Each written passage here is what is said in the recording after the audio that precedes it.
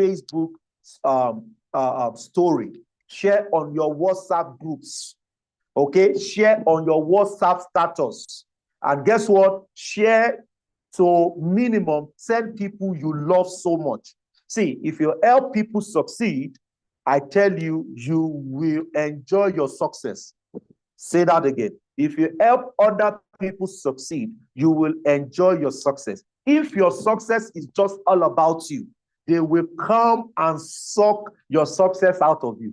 Can you imagine if you have to help 100 people by yourself alone? It's going to be like hard to do.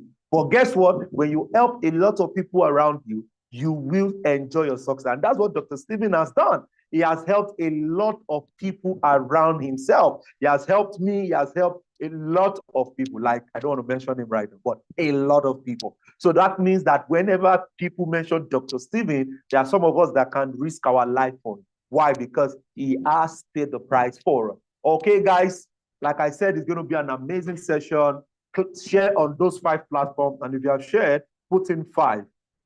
If you have shared already, type in 5. That 5 means that I have shared. I have shared. You can share on Facebook. You can share on your Facebook story. You can share on your WhatsApp status. You can share on your various groups, and you can share to the 10 most amazing people in your life, so that they can have access to this amazing program. If you have done that, type in 5. By the way, tell me where you're joining from. Mabel, where are you joining from? Where are you joining from? Adele Tunji, where are you joining from? Rachel, where are you joining from? Musa Folashade Ifeoluwa, where are you guys joining from? Maureen, where are you joining from? Mercy, where are you joining from? Michael Udo, where are you joining from? Ogumola, where are you joining from? Olamilekan, where are you joining from? Pascal, where are you joining from? Tell me where you guys are joining from. I need some energy right now. The more energy you put in this room, the more depths I can reveal to you, you know. Thank you so much. Binance is joining from Delta. Tisa is joining. Clement is joining from Abuja. Timothy, Benin City. Wow. Port Harcourt, thank you. Timothy from Benin City, thank you. Thank you for joining. Thank you for jumping. I'm sure Doctor is already around. And guys, I'm ready already, super pumped up. I want to appreciate all the management of GTEX Holding for supporting my coach as usual, Mr. Barry. I can sight you, I can feel you, Mr. Barry. Well done. I celebrate all the CEOs. Thank you for holding strong for my coach and mentor. And guys, it's going to be an amazing time. If you have shared, guys, you need to put in 5 in the comment box. I want to be sure you guys have shared. You're welcome to the Founders Wealth Conference. You see, you need to know, that there's a part of being a CEO. There's also a part of being a founder. And I know what we've been taught for the past 3 days has been how to found. I'm excited. I am ready. And I'm sure you all are ready. So for the next 2 minutes, can we share, be intentional about sharing? If you are not sharing, I don't know what you're doing. Nobody has, okay, few people have typed in 5. Thank you, Mabel. Mabel, thank you. I want to see other people that have shared, type in 5. Type in 5 if you have shared. Type in 5 if you have shared. Type in 5 if you have shared. Type in 5 if you're shared. Thank you so much. I'm going to be welcoming my coach, my mentor, an amazing personnel, a man with the heart of gold, selfless leader who has made it possible for a lot of people to leverage on his wings. And a lot of people are still wondering why they call him the eagle. It's because there's so much about him. He's carrying a lot of people on that wing, and I'm excited to be part of them. Thank you so much, Dr. Stephen. I super celebrate you, sir. You're welcome, sir. Good to see you, Mayowa. Thank you for anchoring today. You're welcome. Go ahead. IT, go ahead. Dr. Stephen Akinteo is Africa's most influential investment coach. He's a member of the Forbes Business Council and a recipient of several prestigious awards, including the Forbes Best of Africa leading investment coach and real estate mogul by Forbes Best of Africa Award. He is the chairman of G-Text Holdings and the founder of Stephen Akintayo Foundation. G-Text Holdings is the mother company of 11 subsidiaries with a highly innovative and young workforce. These subsidiaries include G-Text Homes, G-Text Land, Stephen Akintayo Foundation, G-Vest, G-Text Farms, G-Text and Associates, G-Text Academy, G-Text Soft, G-Text Hub. G-Text Holdings has several branches in Nigeria, which include Lagos State, Ibadan, Abeokuta, Asaba, Abuja, and Port Harcourt. Other offices are in Dubai, the UK, and the US, and the company plans to extend operations to other African countries like Ghana, Rwanda, and Uganda.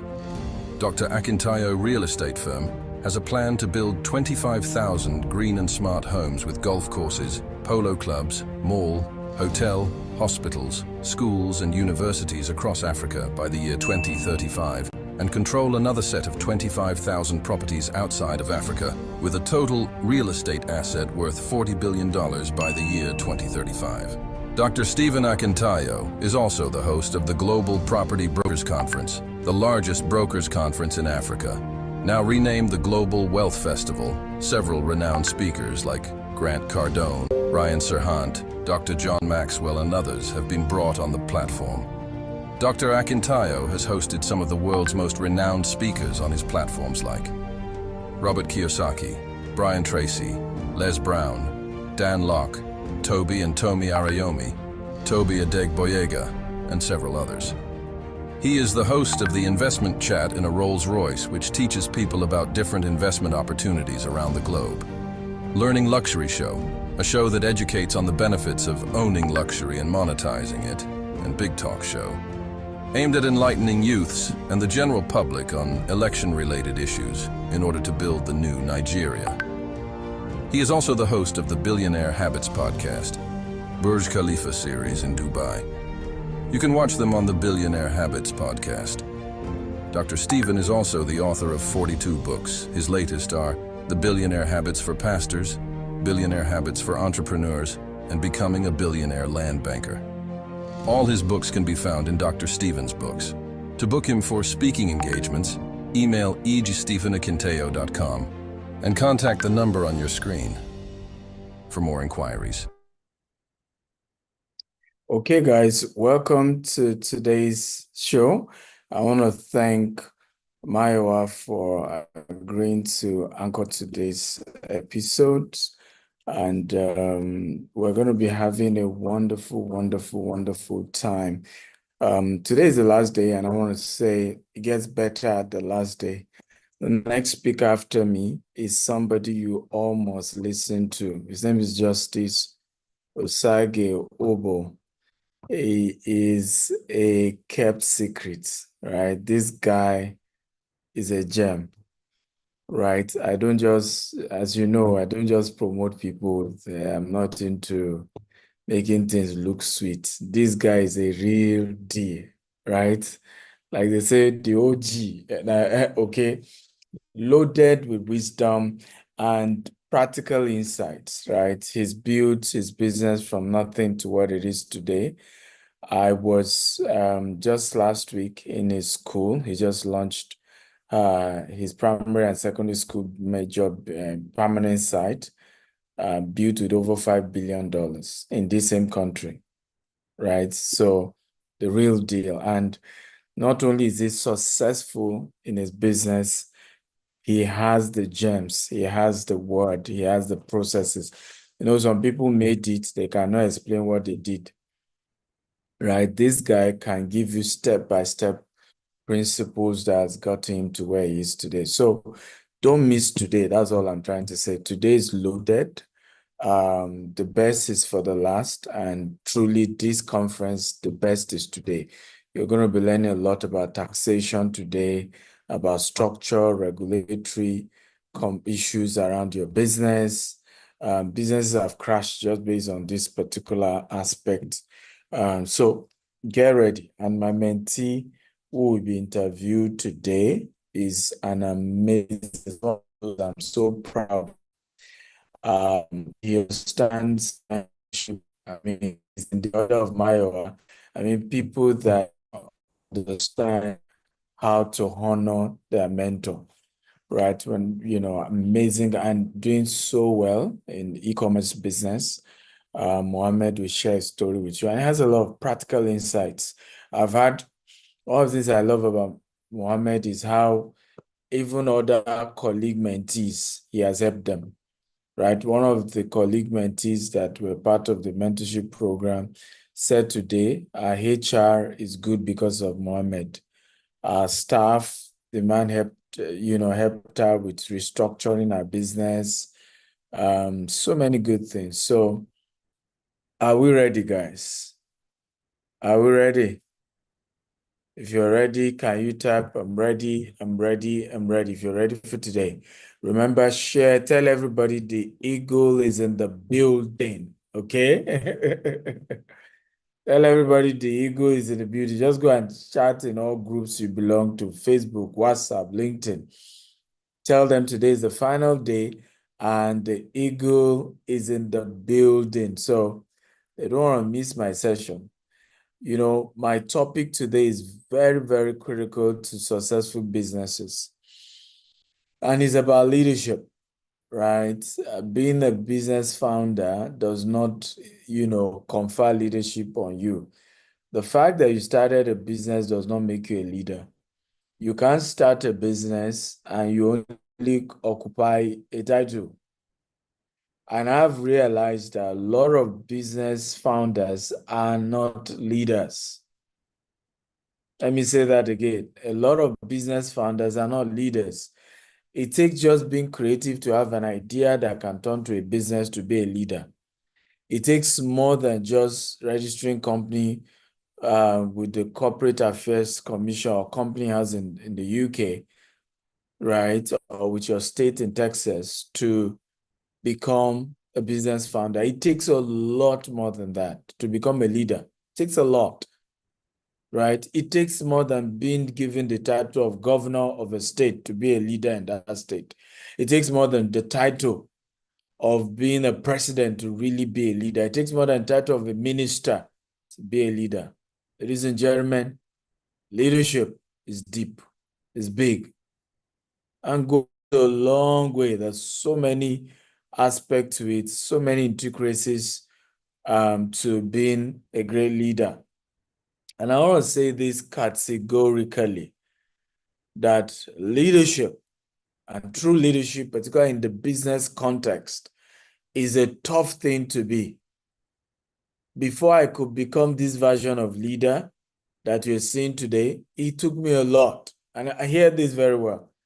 My biggest challenge with leadership started with the fact that my first opportunity to lead was nonprofit. I want everybody to hear this. The way you lead in a nonprofit is not the way you lead in a for-profit business. In other words, leadership in a church, leadership in a mosque, leadership in an NGO is not the same thing with leadership for a business that is meant to make a profit. Two different things. And if you handle them the same way, you're going to fail.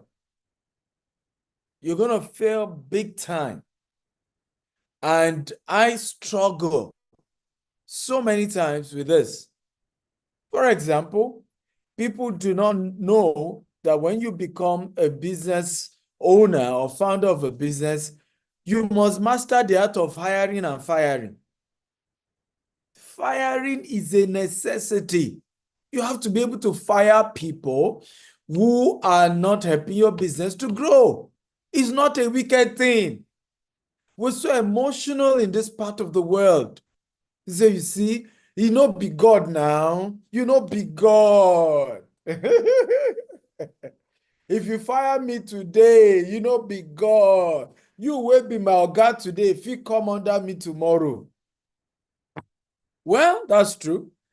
But you see, the reason why you feel come under me, where your oga today if you come under you tomorrow, has nothing to do with him not holding you accountable.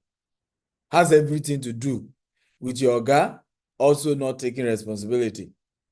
And you, maybe the firing he fired you made your brain to wake up, and you took your life seriously. And then you became somebody serious. That could happen.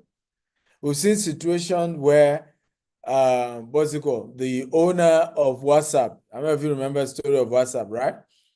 He kept applying. He applied to work with Twitter, applied to work with Facebook. All of them said it doesn't qualify, only to start WhatsApp and then, get away with almost $20 billion. So, but that doesn't mean that the reason why, and if you can see, because Mark Zuckerberg is still not playing, Abi, did he now become the Oga of Mark Zuckerberg because they didn't employ him? Rather, his company became so big that Mark Zuckerberg bought it into it and they became partner. And that's how it works at the top. But you must understand that as a founder of a for-profit business, hiring and firing must be a skill you have. Everybody type it. I must learn to hire and fire. Come on, type it now. Type it, type it. Some of you are scared to type. If you will found a business, if you'll be a great, successful founder of a business, you must master the art of hiring and firing. And it's not wickedness. You can put it in the best way you can. You can call them for a good meeting. You can be nice about the hiring and the firing. But you must learn to understand there must be hiring and there must be firing. Okay? As a great entrepreneur, nothing about being wicked. It's just business. Again, are we learning here? If we're learning, type I'm learning. So let's look at leadership, particularly from the angle of entrepreneurship, right? How do you lead when you're a founder of a business, particularly a for-profit business? But this works for other sectors as well. Leadership in times of crisis is also what we also want to emphasize. How do you lead in a time of crisis? Africa is in a time of crisis. The world is in a time of crisis. For the first time in America, everything is not certain, right? Even who will be the next president in America is not certain. Whether there will be World War III, the world is not certain. Everything is complex. Complex, guys. So, few insight, right? Let's share a few insight about that. Number one, integrity. Everybody type integrity. In a time of crisis, people want to be sure that their leader is not compromised. People want to be sure that their leader's yes is yes and their leader's no is no. An employee did something to me yesterday and he has no idea. By the way, Joshua, invite him to see me this coming week. Mr. What's his name? Morgan. An employee did something very shocking to me yesterday and he has no clue how shocking what he did was to me. I'm seeing too many people with essay link here. Please, when you join, change your name and put your proper name. Okay? If you maybe the essay team gives some people link, right? Edit the name and put your name. I don't want to say essay link name on the panel list. IT, can you look into this now? And he brought me close to tears. I visited one of our estates and I met our oldest security man. He's been our head of in the security team 9 years ago. Everybody say 9 years ago. He's been our staff and he's also one of our oldest staff 9 years ago. And when I visited there, he said, "Oh God, I've missed you." I said, "I've missed you too." I mean, me and him have a special relationship that even some of his guys don't have. He has some audacity and access to me that even his own bosses don't have. And we got talking and he said, "Oh God, I just want to thank you. Despite the toughness of the Nigerian economy, you have done everything in your power not to fail in paying our salary." Right? He said, despite the toughness of the Nigerian economy, you did not fail to pay our salary. Do you guys know, out of hundreds of employees we have all over the world, he's the first to say that to me. First person to say that to me. Hundreds of employees. First to say that. And I was almost in tears. Because, of course, most employees have no idea of what it takes to pay salary. Right? The mindset is, Oga say, Oga no sell, just pay our bills, right? I just want to be paid. I have my own bills too. I have things I need to do with money. Just pay me, just pay me, just pay me. But you see, that is an aspect of integrity. I don't know if you agree with me. That in spite of the uncertainty of the economy, right, the leadership of an organization decide to do everything possible to make sure that the employees are paid. I don't know if you agree with me. Now, this does not mean that in the situation where you also cannot pay, you also either downsize or have a meeting with everybody and say, we cannot pay at this point. We need to let some of you go, right? Or what do you guys recommend? But from my point, I think some of you have to go. I've had to do that all this period. I've had to let people go. In fact, I remember an experience where my wife, somebody who was just like an acquaintance to my wife, we had just downsized some employees, I think about 40 of them some years ago, due to the economic situation. And we have not borrowed money from Nigerian banks in 16 years of doing business. We didn't take one loan. So our company runs based on, as we make money, that's how we spend the money. Are we together now? As we make money, that's how we spend the money. So for us, one of the things that was critical, to me, was the fact that we had to structure our business in a way that as we make money, we spend. If there's a drop in income, we need to downsize so we don't keep owing people. And my wife was just meeting someone casual. They were not even close. And the person said, what do you guys do to some of your staff? And she said, I don't understand. He said, you need to see how bad they spoke of you people. I said, well, we had to downsize because it was difficult to continue to maintain that level of payroll. And say, is that how you did? Say, yeah. Say, but the way they put it, you would think that maybe you guys were owing them for 1 year, or you guys did something terrible to them. Say, no, we just had to downsize. Right? So, as a founder of a business, these are things you will face. Right? People will come out hard on you. They will come one day and call you horrible boss without even understanding what you did. Do you know I've had a season where my first son did not go to school because the money I had was either I pay salary or I pay my son's school fees? Do you know, guys? I've had to go through that as a business owner, as founder of a business in this country. Right? It's you that started your business that know the numbers.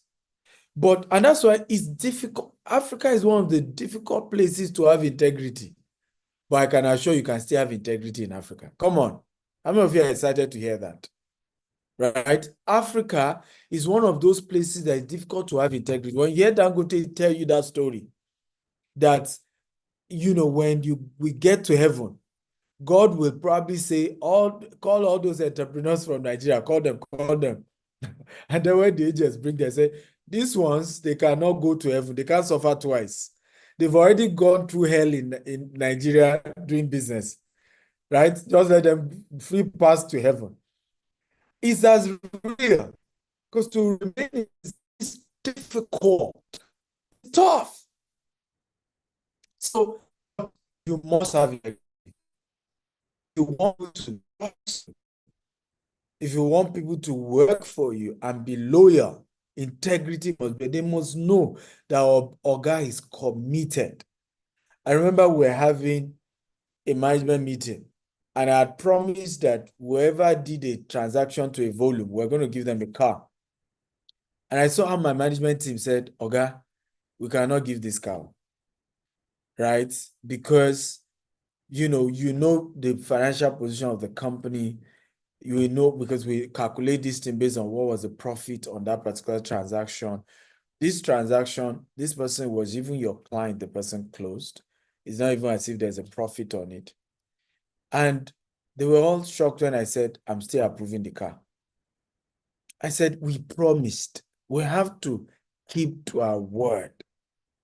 We promised there was going to be a car for whoever meets that target. Let's give it. Right? Because if we don't keep to that word, and I've seen situations whereby even companies, you join organization and you see them fail to keep to their word, not because the founder is not keeping to his word, it's that people in the system, right, are rubbing off their inability to have integrity on the overall company. I hope you understand what I'm talking about. Because you, the founder, you are one person. Now you have 200 employees, you have 500 employees, they are more than you. Right? I remember somebody came to our office one day and he was to train us. And when it was his turn, he came in and he said that I see two cultures in this company. We were called Gilead back then, many years ago. So I see two cultures. He said, I see your chairman's, then your MD's culture. I was the MD of the company. I see your MD's culture and I see you staff's culture. He said there are two cultures. And, he never told me how he came about that. Because prior to him coming, every other consultant I bring, all they will say is that, hey, like leader, like follower. Right? I don't like what I'm seeing in this company. We need to change this. We need to change, and your guy must be the one. So years later, I met him and I said, this was like 4 years later. I said, you said something and it kept in my brain. How did you know there were two cultures in my company? He said, I went to your office and I went to the staff office when you people put me in the boardroom. He said, then we just had like a 4-office space. One office was used as boardroom. One office was the main staff. One office was where I was then. The other office was studio. So he said he went to my staff office. They were still small then. And he saw some of them, their laptop was on the edge of their table. Some, the plates that they used to eat yesterday was on the floor. Some, the charger were scattered. He said he went to my office. Then, we didn't even were closing offices. And he saw everything arranged. My books were properly arranged. My table was properly arranged. Everything was arranged. These people have brought their own culture to override their other culture. So that's why the company looks disorganized. Right? The people in the system have brought in their culture to superimpose that of their leader. How many of you know that this can happen? If you know, type, I know. If you don't know, type, I don't know. Okay? So we're talking about integrity. You can found a company and you have integrity, and because you have a larger number of people working for you, and they superimpose their lack of integrity on your own integrity. And before you know it, of course, the majority carries the day. And the company's image outside is that of the fact that the company lacks integrity. Meanwhile, that wasn't your culture, you, the founder. Number 2, vision. I hope this is helpful. Come on, guys. If this is helpful, type helpful. Vision. To be a great leader, you must have vision. Please reach out to the next speaker so that he joins on time. To be a great leader, vision. You must be a leader. Where are we going? I've seen some of us start businesses. You can't paint the picture. Where are we going? Painting the picture is more important than anything in an organization. Reading the vision over time. We have a clear-cut vision to be the largest green and smart home developer in the world. And we're joking about it. And we have a target, a vision 2035, that by the year 2035, we want to control 25,000 green and smart home properties across the globe. And recently, we're increasing that to even 50,000 because of our international expansion. You must paint the picture. Everybody must have an idea. What exactly are we here for? What is the vision? What are we doing here? You must paint the picture, guys. Paint the picture. Paint it. Let everybody have a feel. Let them have a feel. A lot of time I employ PAs, right? And a lot of my PAs come from a more, of course, they are Gen Zs, and some of them are from, a more stable family compared, a more financially stable family than the one I came from. Some of us, we might be successful today, but the fact that we came from a very low background is still reflecting how we do things, right? And when I employ them, even though that some of them went to private school, the first thing is baptism of fire. How do I do it? If I was thinking, I have a new secretary, she's a female. I was saying to myself yesterday, I said, no, Joshua is the one following me to site. She needs to follow me to site and see some of the madness. Because I still visit site and still deal with Omonila issues up to today. Right? Particularly when it comes to new property, sometimes after the team have said it's okay, we should buy the land, I will just go to the land. There was one now, I've been told everything's okay. We should go and, approve the payment for the land. Everything was okay. And when they went there, everything was okay. True. I went there yesterday. Before you know it, talks gathered all over, even threatening us, right? With my police escort. Right? And of course, the Agbero part of me came out too. So they later realized that. They later realized that, I can be like Paul. I can be many things. And he really shocked them. Because sometimes when you come clean, proper, you speak good English, people don't know that. Oh, let's just say they learned their lesson. Let me leave it at that. Okay? So, vision. But it's not just having vision, you must paint the vision. Everybody type paint the vision. Come on, everybody type paint the vision. Type paint the vision. Paint the vision. You better paint the vision to your people. They need to see it. This is where we are going. This is where we are going. Number 3, positive attitude. Okay? You must have a positive attitude. Come on, guys. In fact, I will call the remaining 3 things under positive attitude. Sense of humor. Right? You must learn to, even if you are not funny. I'm not sure I'm funny, but I crack, jokes that the dryness of the joke is the fun. How many of you know those kind of jokes? How many of you know jokes that what makes the joke funny is that the joke is not funny? Who knows what I'm talking about? Come on, talk to me. I need your attention here, guys. What makes the joke funny is the fact that it's not funny. Okay? Whether you call it dry joke or not. But you must be willing to be laughable, be laughed at, create moments of fun, right? Because it helps the positive attitude of the entire team. I always say this to people. One of the things I've always had to work on is my mood. When I started our company years ago, I didn't understand that my mood reflects on the company. And I want all founders to learn this. Your own mood reflects on the company. So you have to work on yourself, that even despite some bad news you've heard, despite some bad things you've heard, my wife always asks me, how do you do this? My husband, how do you do this? I think Tammy too always asks me that question. How do you do this? Like, they can be with me for the entire day. And then end of the day, I'll just share with them some bad news that had happened in the course of the day. I said, and we're all together, and you are laughing, and you created, and you have heard this. And this challenge had occurred. I say, yes, it occurred. Say, hey, my husband. My wife will say, my husband, how do you cope? Right? Keeping a positive attitude despite bad feedback, bad challenges that has occurred, something that has occurred at work.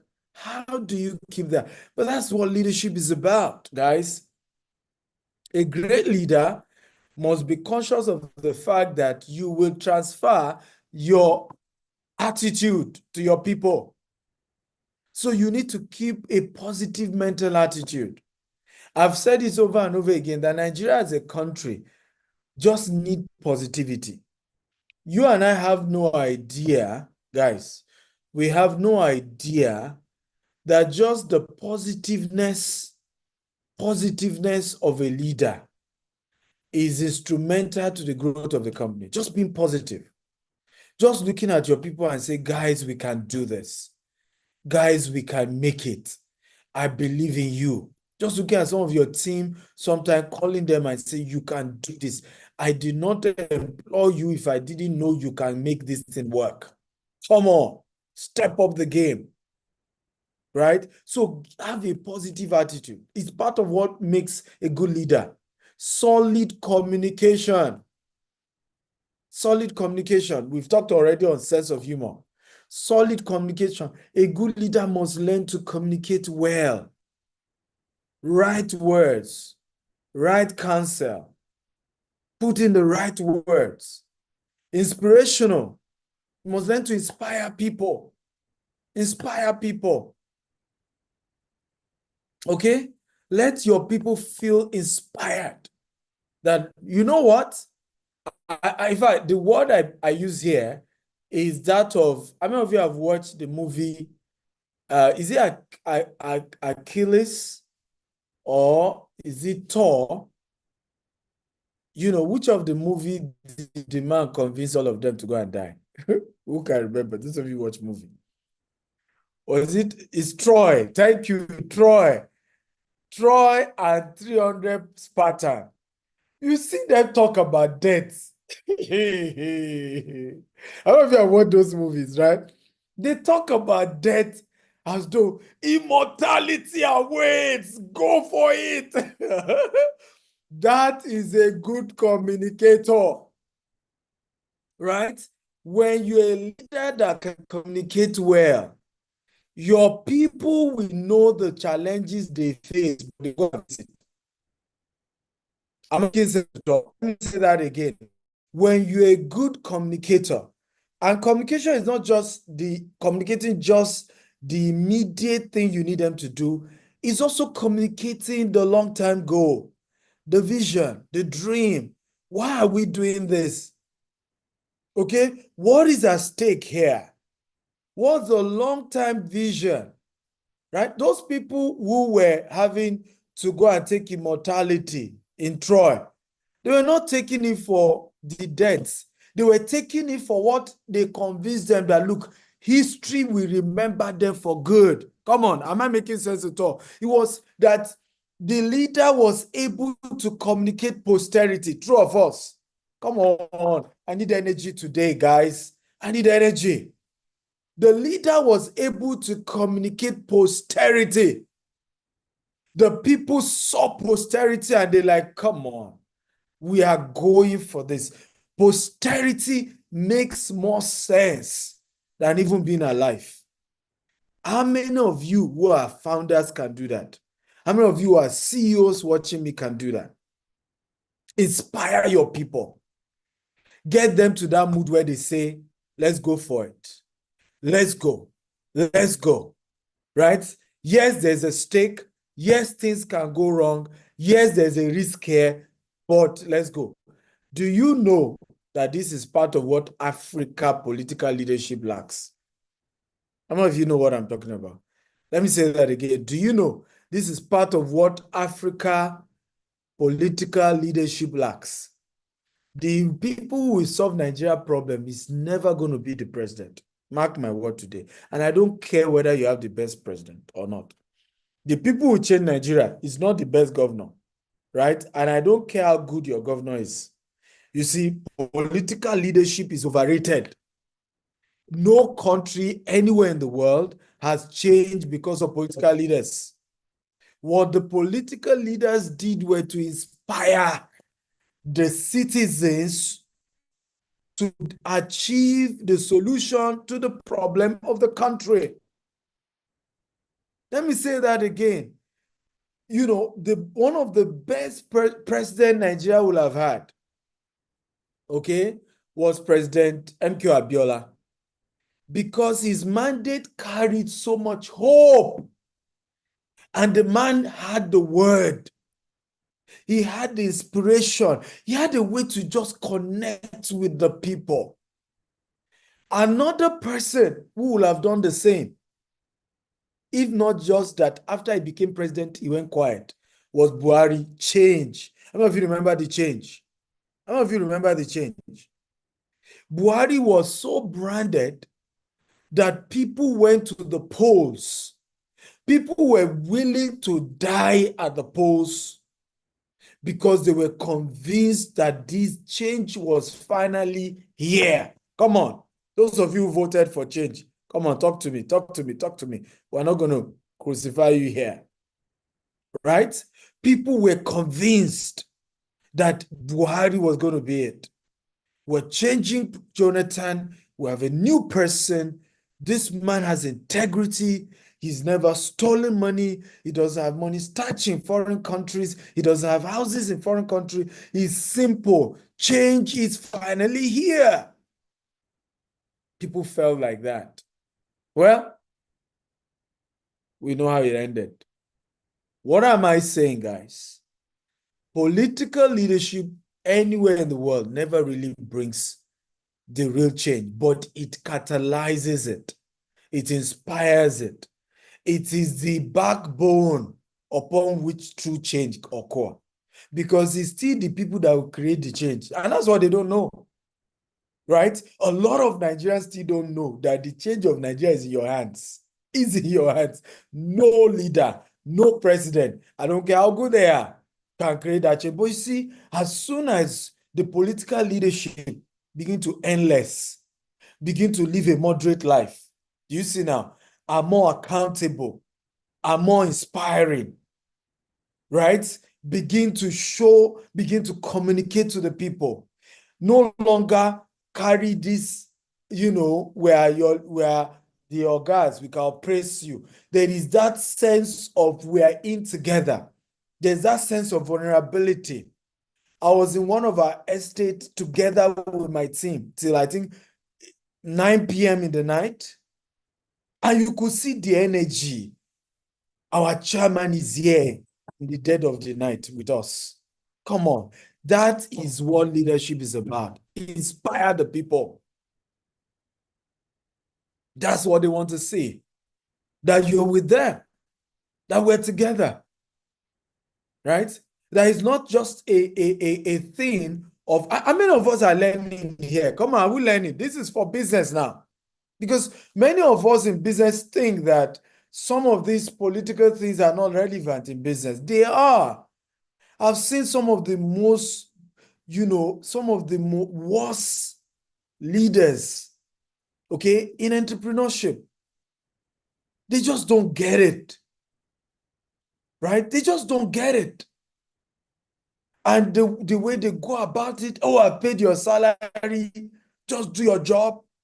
You know, and they just don't understand these little nuances, communication, inspiration, sense of humor, right? Casting the vision, all of those things I've just mentioned. And when you don't get those things clear, right, people will not go extra mile. And at the end of the day, you just wonder, I'm paying salary, my people are not motivated. A mentee of mine was still in my office, he's into real estate, said, Dr. Stephen, I have increased people's salary. If I want to increase the salary to 3 million naira, it is still me carrying this load. So it's still me carrying this load. Oh God, what do you know that I don't know? Please help me.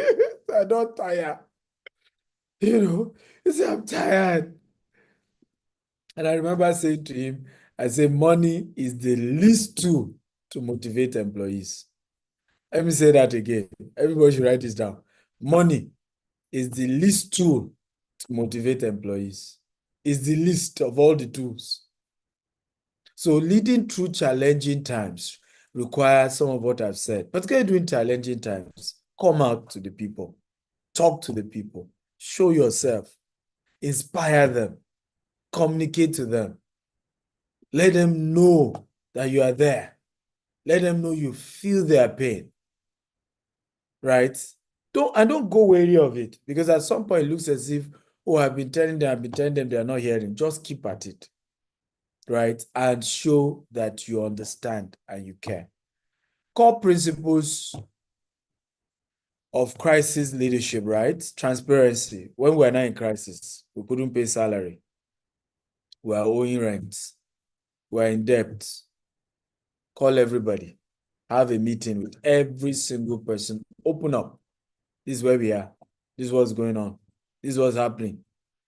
I remember a story I'm sharing for the first time publicly after COVID-19. Okay? Right? The company has been going through a lot of tough times as at the time of COVID-19, really tough times. And I remember having that conversation clearly with the team. So we're about ending COVID, and I said, look, if we're going to turn this company around, COVID is the advantage. COVID is the edge to turn this company around. So I remember having a meeting with everybody. We had to let go, to downsize, and say to people, when we come back, we will definitely be open to taking some of you back. And we'll reach out to some of them if they wanted to come back after things bounce back. Even those who were on ground, I remember saying to them, because we had to cut salaries as well. I remember saying to them, I said, look, I am taking from my personal savings. I had to show them. I will be doing a couple of things. We'll be doing CNN adverts. So we'll go bullish. We'll go as if we are the richest real estate company. I said, why? Most of the companies that are bigger than us during this COVID have shut down their offices. Right? Many have told their staff till December. How many of you remember how companies told their staff till December? I said, now, it means that all the billions they used to spend in advert, they are not spending it anymore. We have never even done LTV. You know LTV, Lagos Television. We've never done advert as at the time of COVID. You've never done advert in our existence. Yet, guys, the first advert this company did as a real estate company was CNN advert. Do you believe that? Right? Immediately after the lockdown, we signed a celebrity. I literally emptied my personal account. And that year, we grew more than 500%. And that was the one decision that turned the company around. But guess what? I remember even telling the staff, I said, we'll go bullish, right? It will look as if we have all the money in the world. We don't have it. So you cuckoo know, I've opened up to you, right? I'm taking this money from my personal purse, so, right? From my coaching program, from my seminars. And during COVID, how many of you, I made more money on coaching than selling real estate, that lockdown period. How many of you understand why? Does anybody understand why? People were at home. They were thinking, what next? Everybody was scared. Right? So for the first time, people were opened up to what other opportunity exists. So they were willing to pay more for coaching. They were watching. In fact, till tomorrow, the highest number of those who follow me today said it was during COVID lockdown they started following me. Right? So my real estate company during the lockdown globally at the beginning was not making money. But guess what? My coaching was making money. And I was pumping money from my coaching to promote the real estate aggressively. As soon as lockdown was over, we were selling like no man's business. Because you know what? During the lockdown, we were the only one they were seeing. All the other real estate companies were not running ads. Are we learning here? So, and you see why when I teach about the fact that when they zig, you zag, always go the opposite direction of the masses. Let me say that again. Always go the opposite direction of the masses. When they zig, you zag. When people want to go right, you go left. When during COVID, everybody was hoarding, was saving the money. The war was about to end. Okay? Everybody was hoarding. Everybody was keeping. Me, I was doing giveaway. We did grant show. We did CNN adverts. You know, we sign our celebrity. We were all over. Always go the opposite direction. In fact, I learned this from Jim Rohn. When you are broke, should be the time you should go and negotiate things you can't afford. When you are rich, should be the time you should be conservative. And I'm like that. I'm like that. And that's why it's difficult to know when I have money or I don't have money. When I have money, I'm more conservative. Okay? When I don't have money, I'm more lavish. Always go the opposite direction, guys. Always. If you go the way everybody is going in time of crisis, you will get what everybody else is getting in the time of crisis. Let me say it again. If you go the way everybody is going in the time of crisis, you will get what everybody else is getting in the time of crisis, which is no solution. Things are difficult. We're struggling. So, clarity and communicate, which is be transparent. Tell everybody what's in it. You can't be hiding from your people. Tell them, this is the situation of things. This is what I'm battling with. This is what I'm having to do. This is how I'm having to do. Consistent messaging. Don't stop. Don't say, but I told them last week. No. Keep at it. Guys, we're aware of the challenges we're facing. We're on top of it. Empathy and support. Understanding. Show empathy. Right? Show empathy. Show support. Right? Show empathy. Show support. Show empathy. Show support. This is one of the things our political leaders lack. They just don't know the word called empathy. They don't know it. They lack it. And it seems once people become rich in Nigeria, they just don't know what empathy is anymore. Right? They just don't know what. And I've seen poor people just get so full of themselves and just forget where they are coming from. And I think this is why we all need to look inwards. All this just blaming leaders. We need to ask ourselves, why do good people, when they get leadership? Because is it only Tinubu, for example, that is a leader here? How many ministers have come to empathize with Nigerians? How many governors have come to empathize with Nigerians? How many local government chairmen have come to empathize with Nigerians? Right? We just lack the empathy required. So, in time of crisis, show empathy. Decisiveness and agility, very important. Be decisive, be agile, be firm, be strong. Resilience and optimism, we shall overcome. It will still end in praise. It will get better. I can assure you this company will be great. Mark my word. We are going places these are the ways you need to talk as a business founder, guys. Leading through economic downturn, financial prudence. This time, you need to be very prudent with your money. Cut down. Like I said, if you need to downsize, downsize. Downsize is okay. Planning scenario, plan. And some of your planning has to go towards marketing. This is the time you have to be everywhere. In the time of economic downtime, you have to be seen. I've said this over and over again. People don't buy the best product. They buy the best known product. And everybody type this now. Quickly, everybody do that. People do not buy the best products. They buy the best known product. Let me say it again. People do not buy the best product. They buy the best known product. So, if you are not known, you can't sell. It's one of the major things I've seen over and over again with a lot of entrepreneurs. We spend all money on the product. How much is your marketing budget? We need to do marketing. And then it's next to zero. I'm like, what are you talking about? right? You needed to prioritize your marketing budget.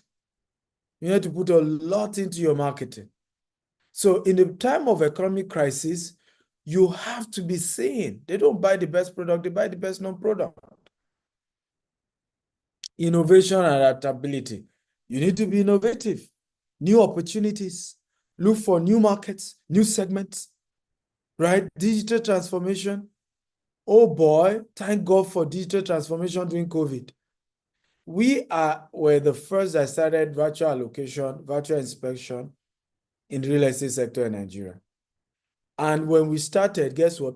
Clients used to tell us, well, we have seen it on Zoom, but we need to come to Nigeria first.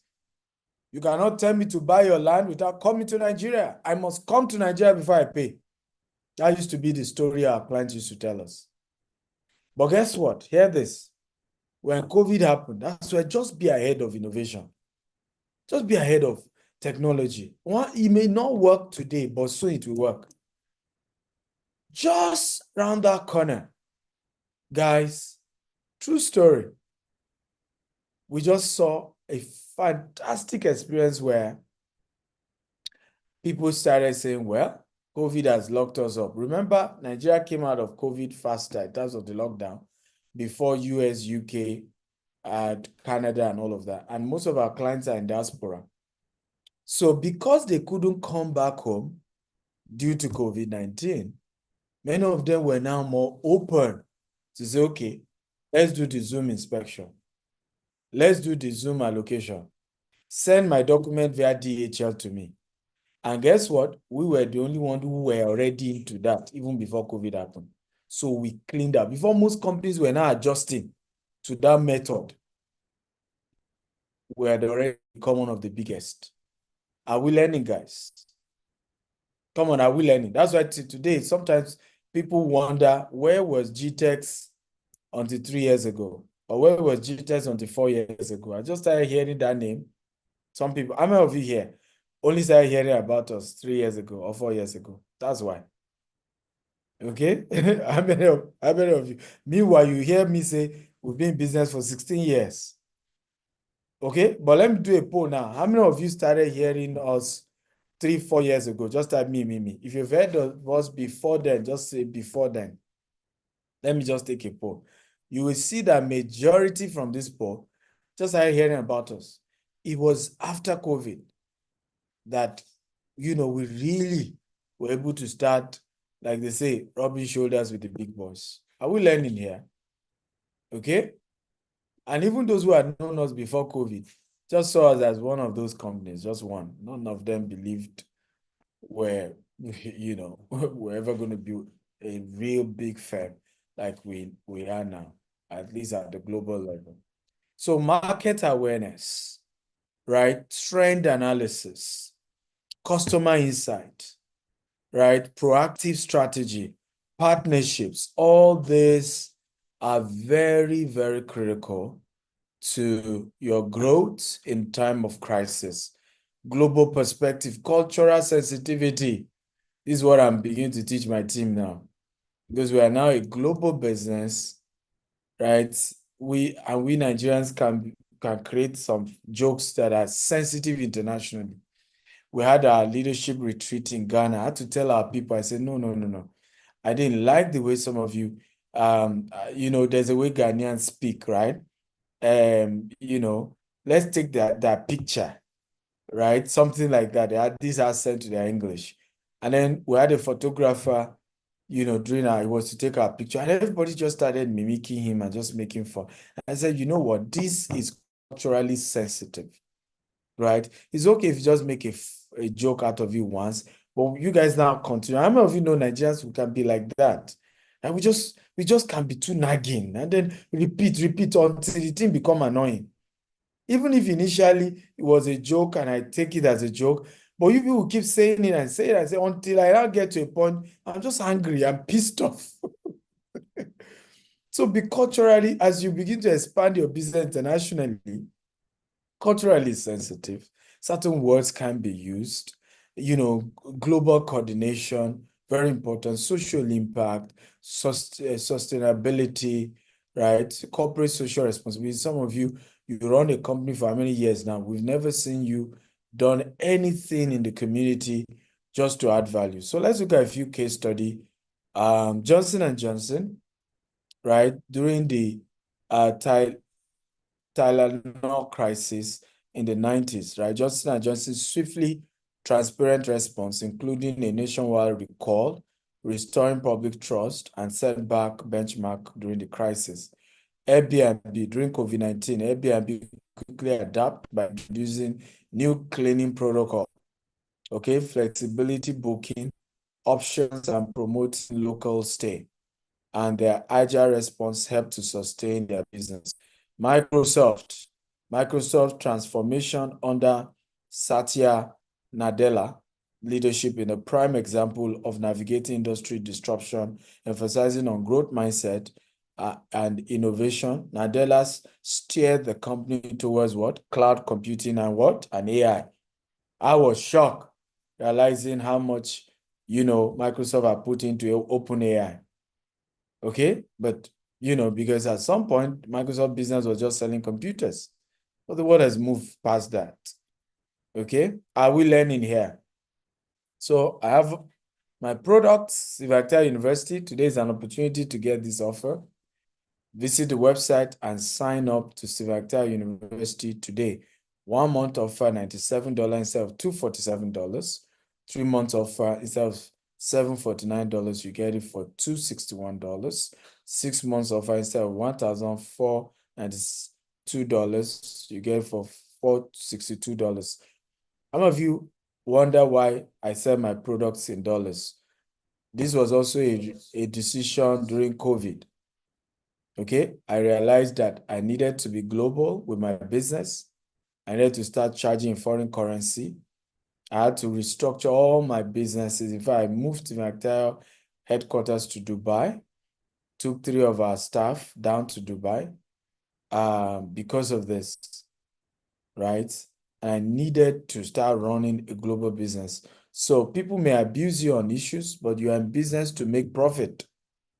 You can now take that profit and give it to charity. Most of what we make from book selling, coaching, God is my witness, Mr. Barry is here. We use it to do charity projects, prisons, releasing people from prison, rehabilitating them, feeding communities, orphanage, right? But we have to bring in the money first before we can help people. 2 poor people can't help themselves. Someone has to get to the top. Some people say, why do you charge for coaching? Why do you charge for this? I have to make money before I can help people, right? And if everything I do is free, I will ever be in a position to be able to also help other people, right? So I have all my books for you today, over 40 of them, hard copy for just $567 instead of $3,000. Soft copy instead of $1,000, you're getting for $200. And for those of you getting the hard copy, you get 3 months access to Sivakta University for free. That's a value of over $700 for free. And those of you doing the soft copy, which you are paying $200 for all my soft copy books, including the audio, the PDF, and the ones that have video, you are also getting 1 month access to Sivakta University. I wish they can bring some people to testify about the impact of Sivakta University all over the world. The most celebrated product we have is Sivakta University. It's changed people's life. You learn e-commerce, real estate, forex trading, crypto. Every course is there. It's one of the most transformative programs we have, right? Of course, in the US Global Wealth Festival is on, and you don't want to miss it for anything in the world. It is taking place from 20th to 21st. We had to change the date due to some, changes in itinerary. A lot of us have no idea how much it cost me, to be able to be hosting all these things. In fact, a lot of my friends always say, how have you been able to combine owning a business, right, and still being able to impact people like this, right, is difficult. That's all I'll tell you, right? So we're having to always adjust timing, itinerary, schedule, and we have high network type of speakers and all of that. So it's always been a tough one, but God has been our help. So don't miss this. Don't say I said so, but what has it? The Grand Cardon might be there. Okay. Is Mr. Justice there? Okay. We have, so you can sign up on the website today for a good discount. Someone said, what's the website to the university? We just post it here. The university website, by the way, that's true. It's stimactiauniversity.com. But you can go through www.stimactia.com/anniversary, because the discount price is not what you see on the university. I think on the university is the normal price, but the university site is just stimactiauniversity.com. Okay, but to get this discount, you have to go through www.stephenkitayo.com/anniversary. Okay, so don't miss it. It's going to be great. I believe Grant Cardone should be joining us. I've not confirmed. You might see Grant Cardone at the Global Wealth Festival in the US. Well, hopefully getting, hopefully getting, Damian John is the founder of FUBU, right? Most likely will be joining us also for the Global Wealth Festival in the US. The physical event is holding at JW Marriott. You can scan the QR code, and I would love to see you. Right? Okay. Hopefully, I'll convince my billionaire friend, Justice, to join us in US as well. Right? So this was our last retreat in Ghana. Amazing time we had. Our next retreat is in Cameroon. You don't want to miss it, for CEOs and leadership, C-suites executives.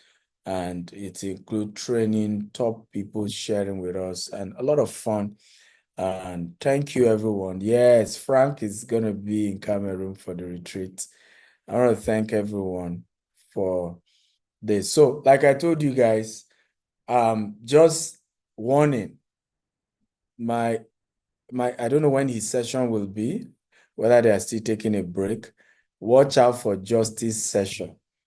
I have friends, friends that are extremely wealthy. I'm talking about billionaires, but there are few of them that are as deep as Justice. Like, when Justice talk, I'm a good speaker, right? But when this man talks, even me, I shake my head, say, Some of you will have seen me and him always at the golf course, always doing a short video. I really love this man. And he's giving you real. It's not aspire to acquire. It's real-time entrepreneur. Things he has tasted, things he has handled, is what he will be sharing with you guys. But that's my own time. I'm done with my session. Thank you, Maiwa. Thank you, Mr. Barry. Thank you for the time. And good job you guys are doing. God bless you. Wow, thank you so much, Dr. Stephen Akintayo. What are we going to put on the comment section? Can you guys put in some amazing emojis? Type in thank you, sir. Type in thank you, Dr. Stephen. Bow, bow, pow, pow, pow. Come on. I need the energy right now. Fantastic. Thank you, Jane. Thank you, Justina. Temitope. That's cool. Everybody, let's go. Appreciate this selfless, a man that is so selfless and has a heart of gold, guys. This man has a heart of gold. You can see the mystery that he's been sharing throughout today's session. I can see Odogu. I salute you. Thank you. Powerful session. Thank you so much, Dr. Stephen. Really pumped up about today's session. I want you guys to drop the one of the words you're going home with right now. Everybody, put in the word that got your attention. as we take one or two, three questions for Dr. Stephen before the other speaker comes on, put in that amazing word that got your attention, and you're going to go put to work. Because I see a lot of people in our generation, they are so much loaded. They are so much loaded. They are suffering from knowledge constipation, but they are not putting to work what they have learned. And I don't want you to be that. After this 3-4 days session, I want you to have a retreat with yourself, 2 hours, 5 hours with yourself, and have a meeting with your Trinity, your you, your I, and your me. Have a meeting together and put in the action activities that will take you there. Oh, fantastic. I can see that right away. Always go the opposite direction of the masses. When they zig, you zag. Thank you so much. Vision, paint the picture. That's powerful. 2 poor people cannot help themselves. Yes, you need to be rich to help other people. Be ahead of innovation and technology. And that I can say over and over again. Dr. Stephen Akintayo has proven that over and over again. A great leader must keep a positive mental attitude. You have to grow your mind, work on yourself. Positive attitude, your mood reflects on your company. Your mood reflects on your company. Painting your vision is very important. Thank you so much, Dr. Stephen. So much nugget, so much action words to go with. One of the amazing things that makes Dr. Stephen's session always interesting is because of the case studies of his personal experiences with a lot of these stuff that he's teaching us. And that's why I'm always excited. Must show empathy and support. That's very clear. Thank you so much, everyone. Let's go to Q&A before Dr. get busy with other things. Everyone put in 1 or 2 questions. Thank you, Dr. Stephen, for this massive value and insight. You're welcome. You're welcome, Jake. A leader must be visionary. Thank you. Thank you. Thank you. Any question for Dr. Stephen? Any question? Let's have 2, 3 questions because of our time. Let's go. Let's go. I think we can take my question with the next speaker. Is Mr. Justice the next speaker? Yes, he is the next speaker, sir. After his session, we both of us can, then take questions because we kind of flow. Fantastic. Thank you so much for Dr. Stephen, what you're doing. It's amazing. This session is another take-home. Everyone on the call, this is just the right time. Can you, for 30 seconds, stand on your feet? Every one of you, stand on your feet right now. Every one of you, stand on your feet. I want you to just stretch, move around. I want you to stretch, move around for 30 seconds. And while you're doing that, I want you to click on the share button. If you're watching on Facebook, go on Facebook right now and share the link. I told you in the first session, when I was coming on, that you have minimum 5 places to share this video. You can share on your Facebook wall. You can share on your Facebook story. You can share on your WhatsApp status. You can also share on your WhatsApp groups. Then I said also that you can share with 10 amazing people that are special to you. Why are you doing that? I said it that if you help other people, you will enjoy your wealth. You'll be full with happiness. You see, one of the challenges a lot of wealthy people and rich people have is that they are the only ones successful. Everyone around them depend on them. But when everyone around you is successful, I can tell you for free, you will enjoy your wealth with ease. So let's do that for the next 30 seconds. In the next 30 seconds, let's do that. And once you do that, can you come back and type in 777? That's the perfect number we're running with today. It has been working for me. It will also work for you. Once you do that, put in the word 777. Our next speaker is an amazing personnel, like Dr. Stephen has rightly said, and I can tell you, you don't want to miss it. But I don't want you to sit down for long. So just stand up, walk around. I'm in my office today, walk around,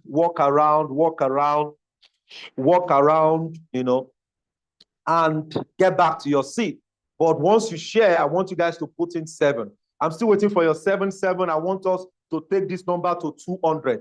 Let's take this number to 200. This is absolutely free. Okay? Yes.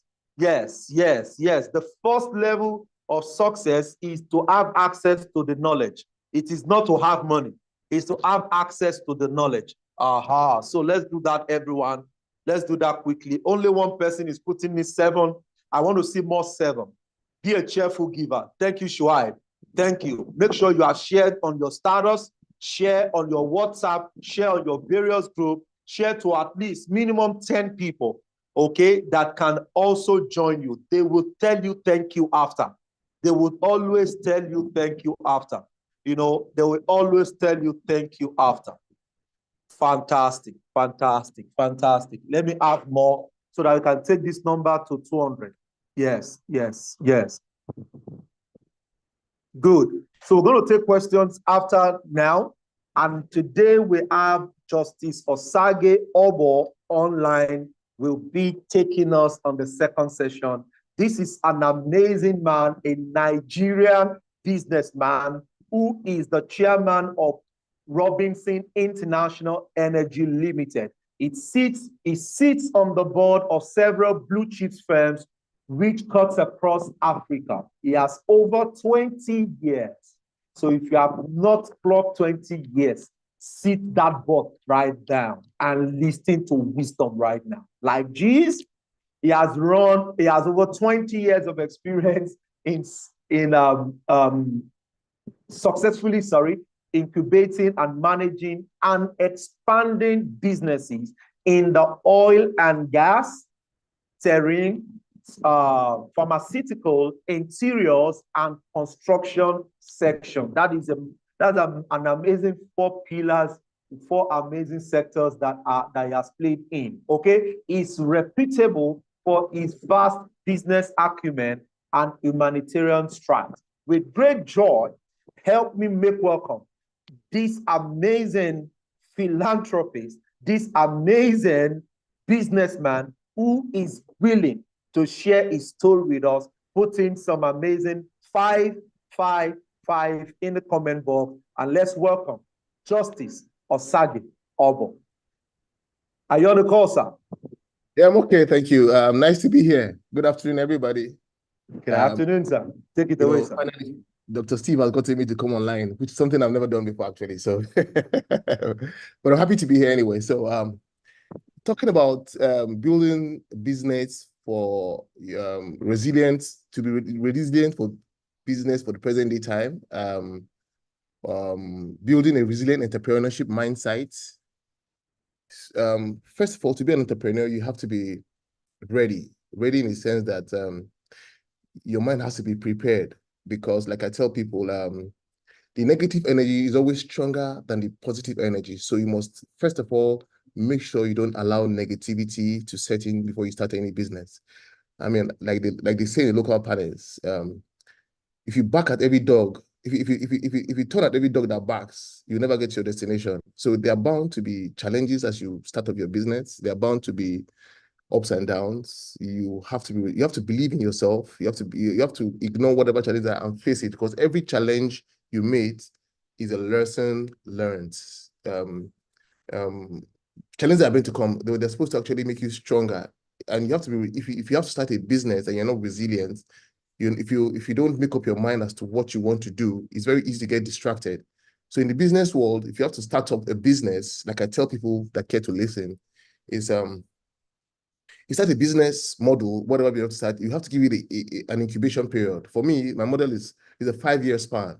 You got to let your business grow within the period of 5 years. You don't leave off the business. You just give yourself little stipends and watch the business grow. Business will grow like a child. You know, when you give birth to a child, the first thing the child does is it first of all starts to sit down. It crawls backward, then sits down, and then first of all, when you child, but if it starts crawling back, you put the child to sit down first. After sitting down, the child starts to crawl backward, and then crawls forward. Then takes the first step, the second step, and then it starts to mumble and fumble. and then it starts to work, then it starts to run as the child gets older. So you have to look at the business as a life.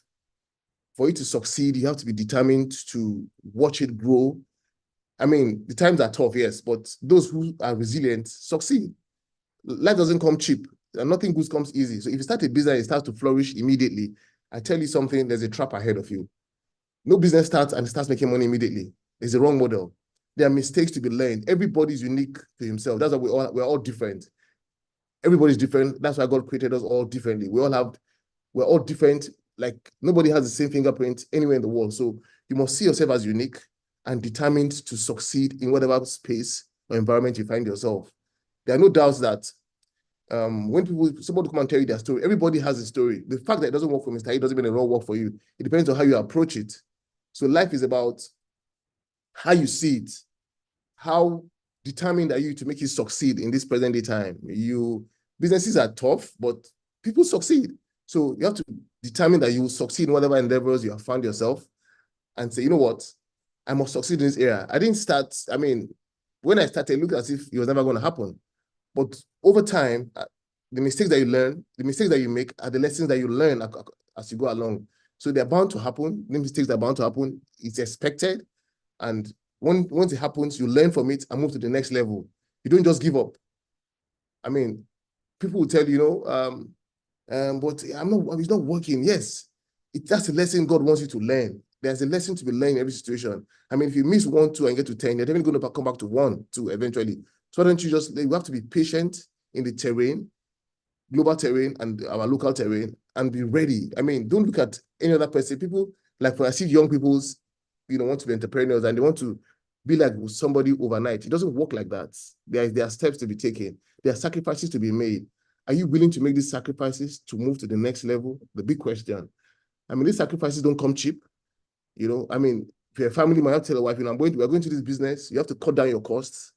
Just like people want to start, if you're starting a new business, don't expect that, from the one, you start to live the life you're living before. You have to cut and sacrifice whatever you think that you're doing in the time past and try and live within that business. Sacrifice. Make sure you don't even spend profit on that business for the minimum first 5 years and then watch it grow. Put in your best. Ask questions. I mean, there are models to doing business. There are 3 models. Either you learn as an apprentice, where you be a servant. You learn by getting the experts to do it for you, or you learn by losing money. So you see, as an apprentice, you have to learn to serve. Most people don't want to serve anymore. I mean, the apprenticeship model, we all know worldwide, has worked so wonderfully well, where people have been put to learn from their masters diligently and patiently. They have to serve their master for 2, 3, 4, 5 years. After the master settles them. It's in that period of apprenticeship that they learn all the rudiments. And when they start their own, because they've learned the basics. That if you come out with so much money and maybe you have studied for another business, you have to pay people that know it. You have to spend money. You have to pay experts, learn from them, listen to them. That's why they are experts. That's why, and you have to pay for it. The other one is you have to take, which is the very risky one. If you come and you bring money to a terrain you're not very sure of, the likelihood that you lose all the money is there. And when you lose, there's no chances that you ever get the money back. So you probably you're back to square 0. And you might not be able to survive it. It depends on how old you are. So the truth is, I tell people, you know what? If you want to start business, you have to look at these 3 models and see how you're able to serve. If you cannot serve, you cannot be served. So leadership is all about service. To be able to lead, you must submit to somebody's authority that will teach you, that will incubate you, train you into the person that you're meant to be. If you say you just want to start without having to, you look at people ahead of you, like most people do these days. Nobody wants to learn under anybody. They just feel, you know what? If the doctor can build a 2-story building, what does he do that is strange? I can build 10-story building. You make a mistake because the experiences that doctor has gathered within the years, the mistakes he has learned from, you have not learned from it. So you have to go through these models to see how it is that people able to grow their businesses. Where are they coming from? Is it from some people have started doing this business life from when they were in university, while they were growing up, they have said that they have family businesses, they have got that experience. So you're probably not at the same level with them. So you have to be humble enough to learn from people, let them teach you, like webinars like this, where you learn from other people's mistakes. You get to talk to people, they educate you, they bring you up to speed and tell you there's no pride, There's no harm, there's no need in being very proud when you want to learn. If you don't know, you don't know. I mean, it's always good to be humble to ask, and people will teach you, as against just assuming you know when you don't know nothing. So a lot of us make mistakes by just a simple question would have saved the day. Just like you're trying to find a place. Instead of you to ask, you're like, you know what? I can find it my way. You burn more fuel trying to keep it when you can just ask someone, you know what? At the next turn, just do a left and you're there. So that's why we need to ask and network, learn from people that have been there before. And they would teach you their mistakes, guide you. Like they say, if you don't learn from other people's mistakes, they will use your own to learn. I repeat, if you don't learn from other people's mistakes, they use your own to learn. So if you don't learn from other people's mistakes, where they have failed, when you fail, people use your own as a case study. And that shouldn't be, so why not avoid those long distances when you can go the shorter one? So I encourage people that, the times are tough, but trust me, how determined you are and how dedicated you are to your business will give you the resilience, how, on which way to go. You want to start a real estate business, for instance. People will tell you, what, I want to go and, I want to buy. You don't buy in a developed area if you want to start real estate business. You start in places that are developing. Look at the areas that you think, this at so time, this place might come here. It might look cheap that time, but trust me, something that never grows is land. You can never get it wrong. You buy in a place where people don't think it's going to be worthwhile. In a few years, you find that the place has developed, and then you start to make a kill. Then you have a history. If you want to go and buy in a development, I mean, you have so much money that's for successful people. But if you are growing in business, you have to buy into prospective areas that have potential to grow. Developing areas, there are several of them around us. We are expanding every day. Be that as everybody's complaining, but people are still making it. So why don't you try to be the few and ask God to just give you direction on where to invest in? Don't just go blind and say, no. Ask questions. That's where the issue of asking questions coming in. You have to meet people, relate to people that will tell you, you know what I did here, it didn't work. This is what I did. This is how I did it. And then you learn from them. That way we're able to progress and be resilient in this modern day world. It's not, I mean, take it or leave it. There's a global recession, whether you like it or not. Since after COVID, the world is yet to recover. But people are also making it, and you can be one of them, depending on how resilient you are, how determined you are to go from a small business. It doesn't matter. I mean, Nigeria, like I tell people, is the best place to live in. You just have to see what you see is what you get. It's not, if you build yourself up with so much negativity, you get negative. So be positive in all circumstances. You speak to yourself, just like you give birth to a child. You start speaking to the child from day one. You're going to be great. Speak positive things about the child, and the child will come out to be the person you want it to be. Don't just start by negative. You know what? That business is not going to work. Stay away from negative people. Negative people will do nothing but just bring you down. Surround yourself with people that are positive-minded, that are ready to encourage you. One among, if you are with 5 lions, you'll be the 6th lion. If you are with 6 goats, 5 goats, you'll be the 6th goat. So the people you connect with and your hand around will determine how far you go. So you have to sift your circle. It's very important, the circle that you keep. That determines how far you go as well. So, I mean, I've seen great and successful like Steve Akitabi has told the story for me from nowhere. I mean, I have a similar story to coming from a very humble background, and God has helped me to be where I am now. But one of the things that have kept me to this level, it's pure patience, being disciplined as well. You don't end 10 naira and start to live like you have 20 naira. In fact, if you earn 10 naira, live like you have 1 naira. That's the secret. You have to be humble. Let the business grow to a stable whereby if you spend 1 naira, it will not affect your 10 naira. Not that way, the first day you make a hit like most people do, you want to buy the flashy thing, you want to live a lifestyle. No. That way, the business will crumble, I can assure you.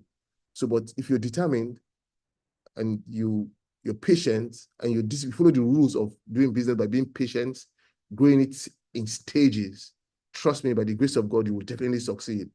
I mean, people have sold even pure water and become billionaires. So why can't you be the same for you? It doesn't matter what it is. Everybody has his own call. You have your date with destiny. And I mean, the thoughts for God for us, the thoughts of will not if you expected end. So if God thinks he gave it to you with special blessings, you must know what it is. God didn't bring you to this world to suffer. He brought you here to succeed. But oftentimes, we throw our blessing by our own hands and our actions. You know, so you meet your helper, by your attitude, you drive him away and you say you're not succeeding. Maybe that helper is somebody you're supposed to serve. You didn't serve him. And you say, you know what? Why should I serve him? It doesn't matter his age. He might be older than you, but God has placed that thing on him to be able to guide you and teach you. It's a gift that God has given him. You can't take that away from him. So you have to learn to be humble, to learn from people, and be disciplined. Discipline is the key word here. You know, discipline is the key word. At the right time, you get to the right place. Let's don't be in a hurry. No hurry. We don't have to walk. No hurry at all. Life is in stages. The fact that you got there at 10 o'clock, if I get at 11, we're all going to get there. So it doesn't matter how fast, but how well. So, and life, like I said, is not a sprint. It's a marathon. It's a gradual thing. When it's a sprint, you get tired easily. You know, but if it's a marathon, you go gradual step and you cover more ground. So in this area, so I mean, I just want to encourage most of us here that are online right now to say, you know what, in these trying times, in trying to build a business from zero to nothing, we have to be patient. You have to be resilient. You have to believe in yourself. You have to learn the models of doing business. Life is in stages. You have to know whichever model works for you. Is it the one that you want to learn as an apprentice, or you want to learn by paying people to do it for you, or you want to learn by spending money? So look at what works out for you, but also look at all the various risks involved. An apprentice model, I think, is the cheapest and the easiest. Where you learn from people, you serve them. You serve them in totality, in humility. I mean, you don't serve halfway. You have to be totally committed to service with all your heart. And God sees our heart, by the way. So if you're coming to pretend, you probably will not get it. But if you come and submit honestly, trust me, even if your master doesn't pay you, God will make a way for you. Deal with your heart, with a sincere heart. Sincerity is very key in business world. If you are very sincere in terms of how you serve your master, God will definitely make a way for you. And then look at the other model. If maybe, yes, you've made some money from investment that you got from your inheritance or something, and want to invest in these monies, you have to be careful. Don't go and throw your money. And I mean, this, like I tell people, if you lose this investment, this inheritance that you get to start a business, whatever you get your money from, there might never be a second chance. So either look at how much you have, say, okay, I'm ready to risk this thing to get the experts to do it for me, and then pay them. They will teach you and guide you through. The third one is, you don't want to go to an expert, you just want to take a risk, which is a disaster, by the way. You put in your monies, you could be lucky and break through, you think you're smart. That's just one-off luck. Put in your money, but if you lose that money, there's no tendency that you will ever make that money again. So you probably, from a millionaire, become nobody, and that's more depressing if you ask me. People, like I tell people, if you have ever owned a car before, and then you decide not to just want to drive the car, it's different. But if you have ever owned a car or something, and then suddenly you don't have a car again, it's worse than death. So we have to make everything possible to keep at the level we're at least if not keep it at that level, don't go below. So if you take risk, your risk appetite might be good and you succeed. If you don't succeed, you come out to square one, which is worse than death, by the way. So imagine you have 50 million and you lose all. And it depends on how old you are. You might never be that 50 million until you die. So why don't you risk the 50 million, spend like 5 million to get proposals, get the best people, look at the pros and the cons of the business. Better to lose 5 million than to lose the 50 million, by the way. Do you understand? I mean, I've seen people that they will probably spend $1 million to do feasibility study. I thought, you know what, it's not worth it. I would have lost $1 million than lose $100 million. So it makes sense. So if you have that kind of money, I would advise you just wait, do your thing, be patient, and look at the models that work for you. I can't tell you what it is that work for you. We're all different. So, but I can assure you that if you follow these models, you can never go wrong. I mean, growing business from scratch, it's not a big deal, but it's a big deal if you don't do it right. Do you understand? So, and for those that have succeeded about it, be happy for them, learn from them, you know, have positive energy, you know, be happy for people that have succeeded. Find out what it is they have done right. Find out what they did and how they did it. You know, some people don't give anything for free. Whatever they need to do it for them. It's too low to conquer. Come down from your high horse, learn from the best, serve them. They to probably serve somebody. So, I mean, there's a price to pay for everything. If you're not willing to pay the price, trust me, you can't go far. So let's endeavor to give in our best, to learn and be resilient from starting up a business from a very small level. I mean, you know, for instance, I give my testimony. I bought a land in the time past for 4 million, and I bought the next one for 55 million after just barely how many years? About 5-6 years. Do you understand? So, because I bought into the right place. You know, somebody told me, no, buy this land, it'll be good for you. And I listened to him. He's into property. And today his story is different. So, you know, so we have to learn from people. We have to learn to come down from our high horse, to learn from those that are ahead of us, to learn from those that have succeeded. It's not about the age thing, it's about who God has bestowed that grace upon. Learn from him. Be submissive. If you genuinely serve somebody, if he doesn't pay you, trust me, God will just make a way for you where you don't even expect it. So your time is how far you go. So we have to learn to be sincere. Sincerity in business is the #1 key factor, by the way. If you're not sincere in business, you can't go far, because karma will serve you in his own, because whatever you do, somebody will do to you. So, and you can't do it alone. So the way you serve somebody, people will serve you. So if you do right, trust me, people will treat you rightly. You know, if you think that, you know, oh, I can get away with it, trust me, maybe at the tail end of when you think you're supposed to succeed, somebody come and do to you what you've done to somebody else.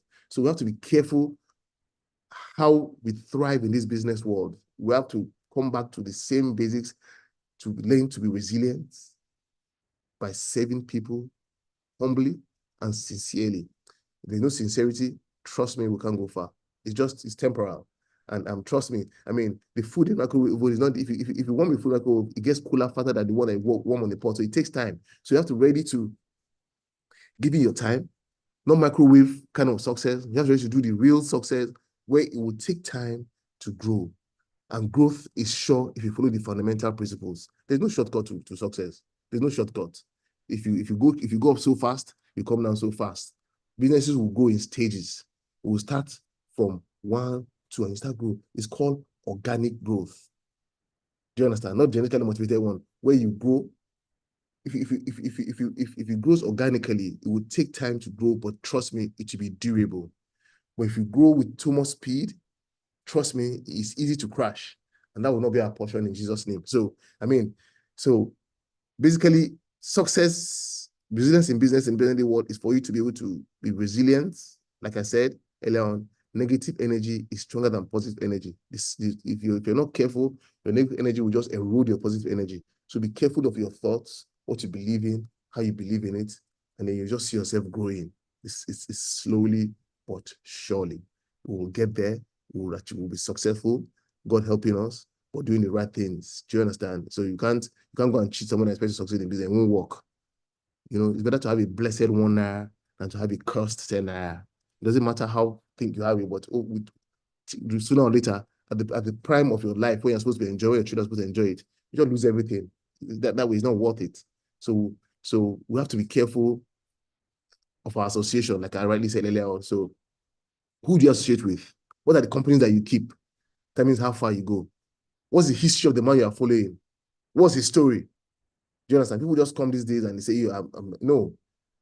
And the social media, unfortunately, is good, but about it, because people look at they just say, you know what, oh, that guy has blown. What is his story? Where is he coming from? Is he organic growth or suddenly? And don't believe the hype. People will just come and tell you all sorts of social media. That's not the true story.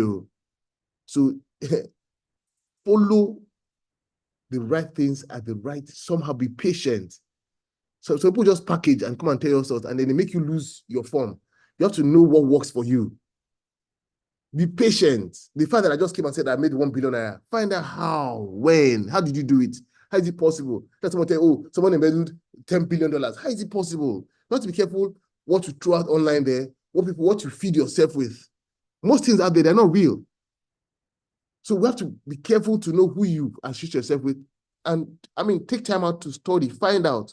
Don't be in a hurry to commit yourself into something you're not very sure of, or else you'll crash, and that will not be your portion. So, you know, basically it's,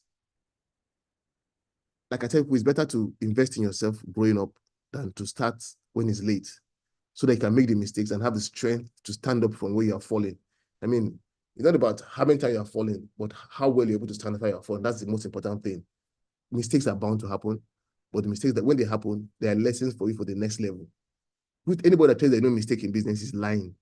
Mistakes are bound to happen, but every mistake is a lesson learned. If you make a mistake, don't cry about it. Find out, okay, what did I do wrong here? What am I supposed to do well?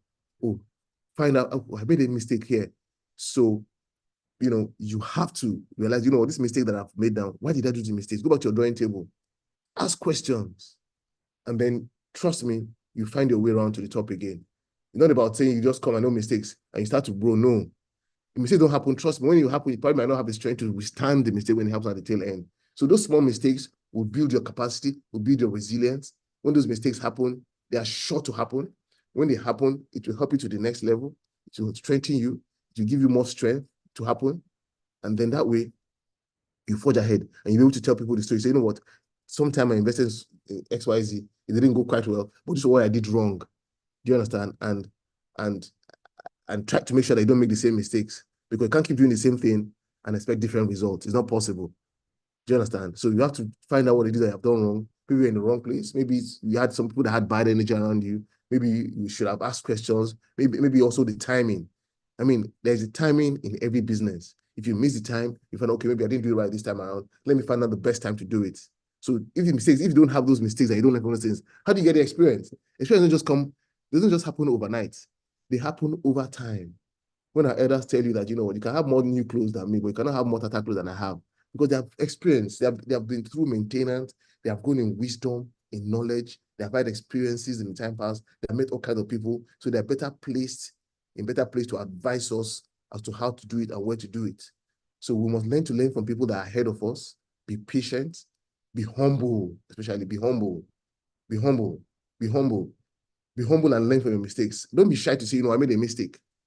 Mistakes are bound to happen. Anybody that says don't make mistakes is a liar. We all make mistakes. We have all lost money one way or the other. Anybody that says you didn't lost money is a liar. We are bound to lose money. You are bound to grow organically. You are bound to just, when that's why you have to look at your risk appetite. You look at, this mistake I'll take now. How much am I willing to risk from this that will not affect me? And then you learn from it. You learn from it. You learn from it. You learn from people's mistakes. You learn from your own mistakes as well. So, basically, I encourage every one of us on this platform to know that it's all possible if you believe. We can all do it. God has placed everything inside of us to succeed. There's nobody that's born with blockhead. Everybody has a gift inside of him that is supposed to use to explore. God has given us something special. We're not meant to be where we are, but are we ready? God will not come from heaven to do these things for us. We have to do it ourselves. The grass is greener on the other side because it's being watered. If you don't water your grass, it will not be green. So you have to learn to nurture your grass. Wait for the time for it to till it, do what you have to do, feed it what you have to feed it for it to be green. But if you think the other side is greener, no. It's greener there because it's being watered, being taken care of. So take care of your own grass. Nurture it. Do what you have to do about it. And then you just see it growing. Don't look at the other person. I tell people, if you're running, God did not give us eyes behind, because if you're running with somebody, take this as a practical example. I want you to look behind. You find out that the person behind will run after you, run past you. So you're always better off running and facing your front. Or as when you're looking back, people come and run past you. So always stay focused. You understand? Focused. Place where you're going to, be focused. Focus, learn, humble. Like they say, empty vessels make the loudest noise. If you see what with a jug that is water, it doesn't make noise. So just be humble at it. You don't have to impress. You're not living your life to impress anybody. Come into this world and fulfill destiny. God has brought us here to fulfill his destiny, to fulfill the purpose. Find out what your purpose is and learn to fulfill it. We all have a purpose. We have a purpose to fulfill, and we must locate that purpose so we can fulfill that purpose. Not just thinking that you want to be. No, it doesn't have to be. It could be any business, anything that God places out of you. If you wait and learn from different stages, I can guarantee you there's no way you'll not succeed. And be committed to it. Commitment is very key. And don't do multiple things at the same time. A lot of people want to do business. No, if you chase two rats, the tendency that you do both of them is key. You can't catch two at the same time. So what you do is you chase one rat at a time, catch that rat, then go for the second one. If you want to chase two rats, you lose all the rats now. So focus is commitment and focus. Do one thing at a time. Today you're in real estate, tomorrow you're in forex. No. Stay focused and be resilient in focusing on what you're doing. Find out what the template is and do the time. Give it the time that it deserves to make you grow. There's no hurry in life. Everybody has their cross to carry. Everybody has their destination. But believe God that, you know what? This thing I God has possessed inside of me will make me succeed, and follow it diligently, one at a time. Not today here of Forex, tomorrow here of real estate. No. Think of one thing that you think you have a flair for. There's something, this thing that I think I have a flair for this thing. Follow it up to the end. Then when you conquer that one, then start another one. Don't just start, today you're doing pharmaceuticals. No, one at a time. I didn't build my businesses one at a time. It took me time. I looked at the area where I was at, conquered the area. I started pharmaceutical business, trying to do new areas. I was in, oil and gas. Now I have a school that we've started now about 12 years, my wife and I. We've been on that for 12 years now. I can tell you, it's not easy. We started with only 2 children. And today, in our old side, we have about 500. And we just started a new one now, to the glory of God. And like I always tell myself, something, we're going to grow organically. It doesn't matter. When they come like that, don't think they have people. If God gives you your own, they will stay. Don't run after people. They will come when you do the right thing. So let's stay focused. To be resilient, you have to be focused. There are bound to be challenging times when you're starting, when you're finding a business. It's not bread and butter. Trust me, it's not bread and butter. It's tough out there, but with commitment and focus, you will conquer without a doubt. Everybody is born to succeed, and you have to believe in yourself. Follow one thing at a time, trusting God, and you will indeed succeed. God doesn't hate anybody. He loves us so much. He deposited something in every one of us that will make us succeed. And it's already there.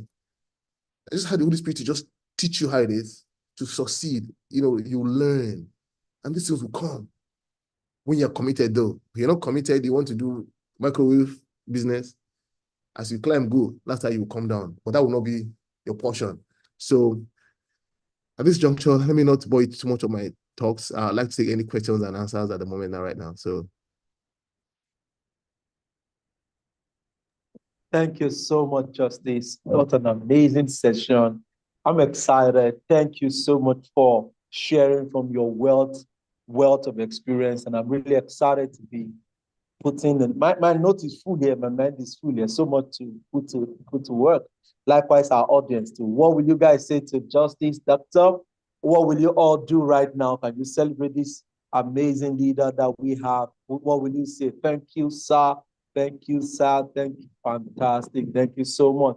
Putting your emojis right there. That's the best you can do. I'm telling you, that's the best you can do. 1 million. Thank you, sir. Thank you so much. That's the word.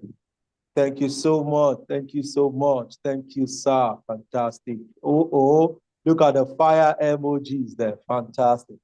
That was an amazing session as usual. Justice Osage, thank you so much. We have Dr. Stephen. So right now, let's take questions that we have for these 2 great minds.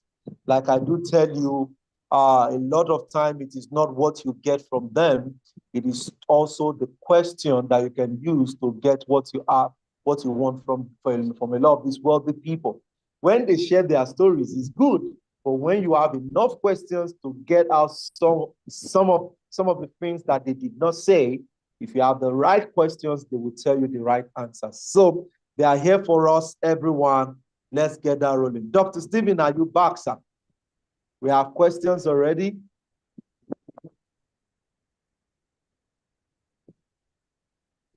Doctor, are you there? Yes, sir? I'm back. I'm here. Fantastic. Fantastic. That was Thank you a so great much. one, my billionaire friend. That was a great one. Wow. Thank you. So let me get to work. Temitope says, how does, I think this is for Dr. Stephen. How does he manage his family life and his business? So how does Dr. Stephen manage his family life and business? And because these are 2 strong personality, I'm sure they could have 1 or 2 views they could share from different perspectives. So if you have anyone, Dr. Osage, you can also top up. Dr. Stephen, how do you manage your family life and business side? Well, good questions. I'm curious to also hear from Dr. Justice Osai Okay. has older children. You I see, recently saw family you see, pictures. like right now, as I speak with you, my wife and I just took off to Doha to just go and have a quiet time. You have to just rest. You have to be intentional about making time. Like for me, for instance, now when it's 9 o'clock, my phones go off. You have to spend time with your family. You have to create, you have to be intentional. Family is key and it's first. You have to take out a day or two to spend time with them, talk with them. You know, I mean, don't have my wife alone. My kids are back home in Nigeria, but she just said, you know what, our anniversary, let's get out. You know, in 5 days, spend time, talk to yourselves. Actually did this because of Steve. I've never done this before. I really don't do this. I'm not a media person, but Steve has been on my case. I'm a very private person. Do you understand? But I know family is key, you know, because this is your future. So if you're working and there's no family, then what are you working for? What are you leaving legacy for? The God told us of generational transfer. So if you're looking for the money and family is lost, you have just wasted your life. So you must create time, you must be intentional, you must make out time. Yes, and there will be holiday seasons where you just sit down with them, weekends. I tell my big friends, I say, you know what? This thing will not work. One of the billionaire friends that just died today, for instance, and you know, that's life for you. It doesn't tell you, it doesn't give you a notice. So what memories of you with your family have when you're not there? Wow. What are the memories you're going to live with them? Wow. It's not about the money. If you make the money and there's nobody to take the money to the next level, you're failed. Like I tell people, it is easier to make the money than to keep it. Sustenance is the most difficult task in a business empire. To sustain a business, it's harder than making money to make the business. Because like I tell people, if you build, it can take you minimum 1 year to build a mansion. Just one dynamite, the whole thing will come down in 1 second. So you have to look at transfer. And this is where family comes in. What are the values that you have? That's why you have to also know the kind of people that you relate with. You create time for family. They want to ask questions. Answer them, talk with them. They learn. I have a teenage son, and I tell him, I say, you know what, these are things you have to do. I tell him, I just chat with him. I say, in university now, I want you to have a bit of everything. I talk with him. I say, be careful where you go to, kind of where let him be free with you. But if you're not there for him, who will he talk to? Thank you so much, Justice. I mean, Dr. Stephen, I could add go ahead, to sir. that. I mean, so one of the things I do in my case, I'm not as rich as Justice, so you know he's. So I'm still hustling. What I'm saying is that he is still is coming to that retirement phase. He's way older than I do, so he's coming to that retirement phase.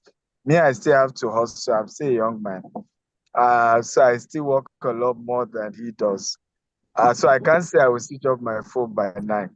However, I complement. What I do is complement. It's holiday time, for example.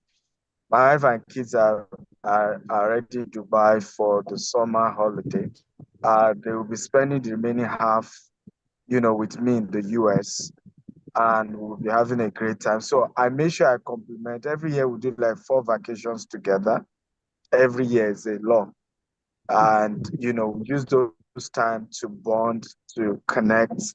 But even while I'm away, because I'm running businesses in different continents. We still had a Zoom meeting. I mean, video messaging last night. Still had a lot of talk and correction and all of. It's important, just like he said. Family is important. They really are your wealth. You see, all these other things are just for show. The real,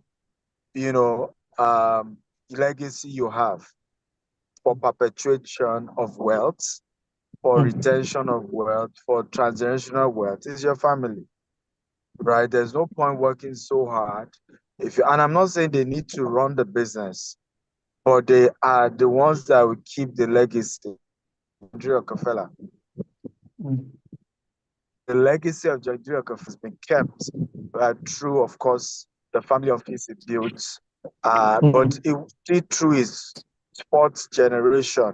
they're able to carry that name, the library, you know, the endowment fund, right? Then the next generation is able to continue that name and legacy. So family is important. You must give it everything. But please, let me say this to particularly those who are younger, do not become lazy.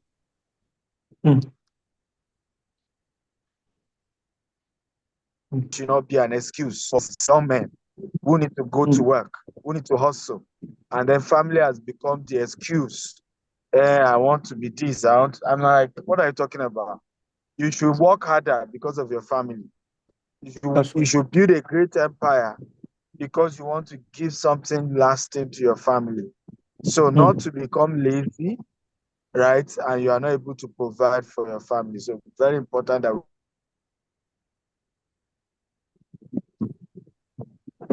Thank you so much, Dr. Stephen and Dr. Osagi. Now, I have so many questions here, but because of the other sections that we have, I will just put them together in such a way that both leaders can just share their points on them. I'll just group them together. So the first question that will stand alone is, Dr. Sage, can you please mention the name of your school and location, and also your social media handles? Some people are really asking that they want to follow you if you're on any social media, sir. The name of your school and location, then we'll not take the general question. The name of my school is Joel's Leading Lights International. It's in Abuja. Joel's Leading Lights International. It's in Abuja. I'm not a very social media person, so to speak. So actually, just brought me out to the media now. He's been at it for years, for months now. But But my wife, he's not a social media person. However, I think you guys can search his name on Instagram. My wife is a parental coach. She's an educationist, a chartered accountant, educationist. She went to school, by the way. Then I've supported her the last 12 years, and I'm happy I did.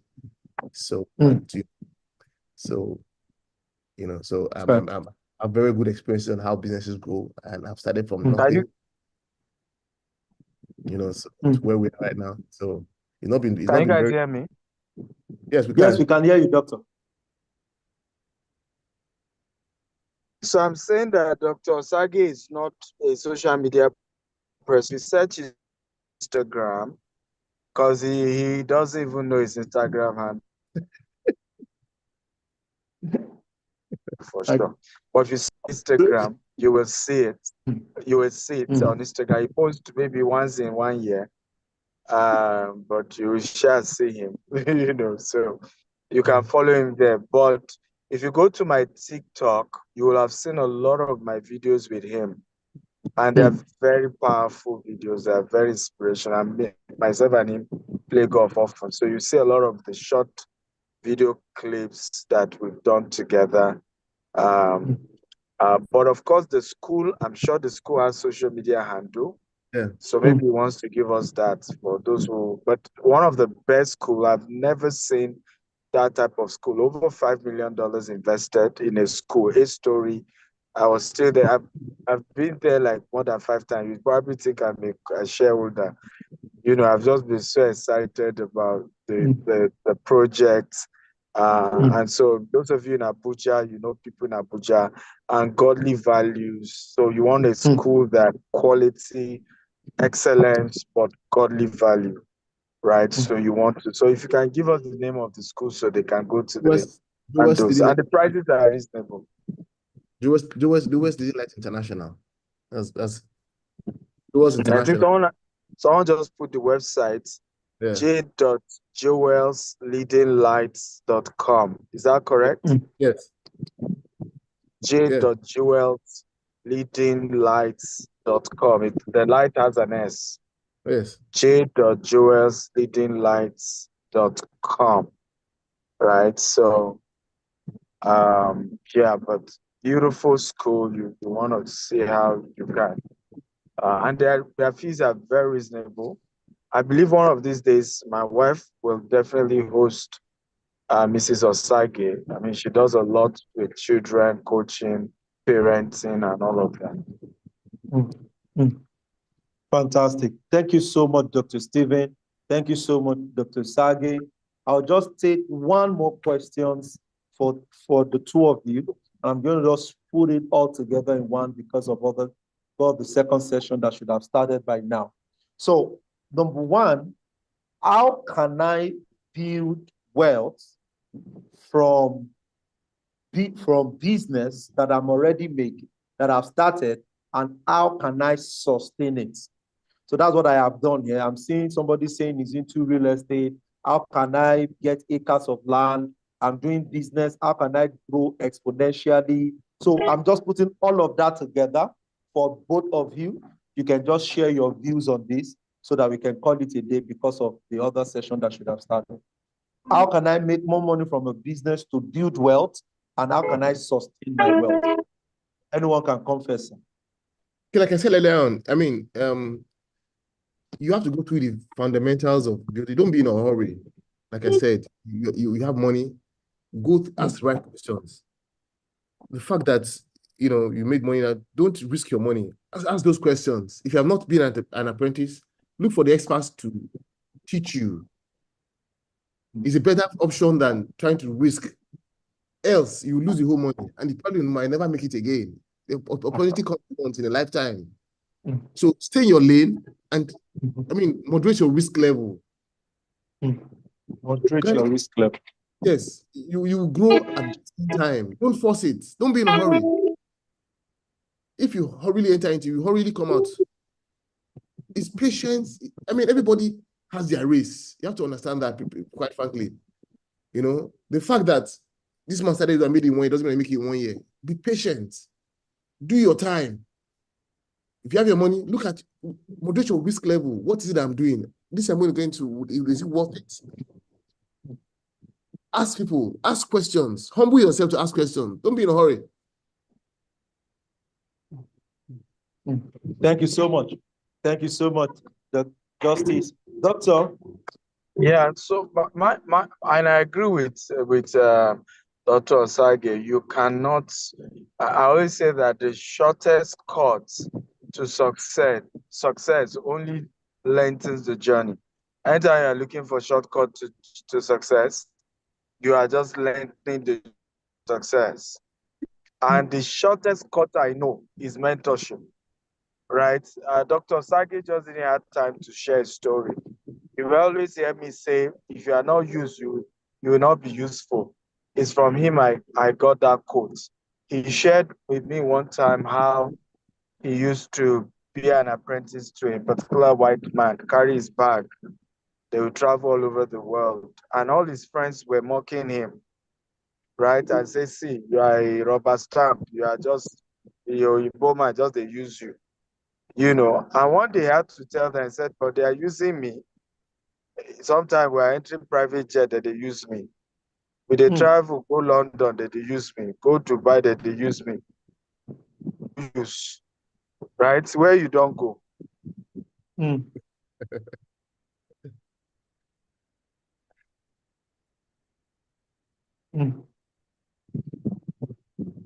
So that's what really helped us to scale. When we see businesses we want to do, we look for people who are ahead, ahead, and see how we can be part of it. For me, for example, I have a vision. I mean, we have a vision of over 200 estates. Right now, we have 30 something across the globe.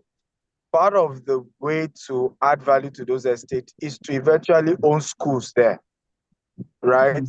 Whether we'll be the owner of the school or we'll do franchise. Now, I have not started that. And then my friend is building a school. Right? The least I can do is to always go there, give them moral support, do promotion that I can do on my social media platform. Am I making sense at all? And Yes, build a relationship so that when I need to start that, at least I can learn, right, from the experiences he has.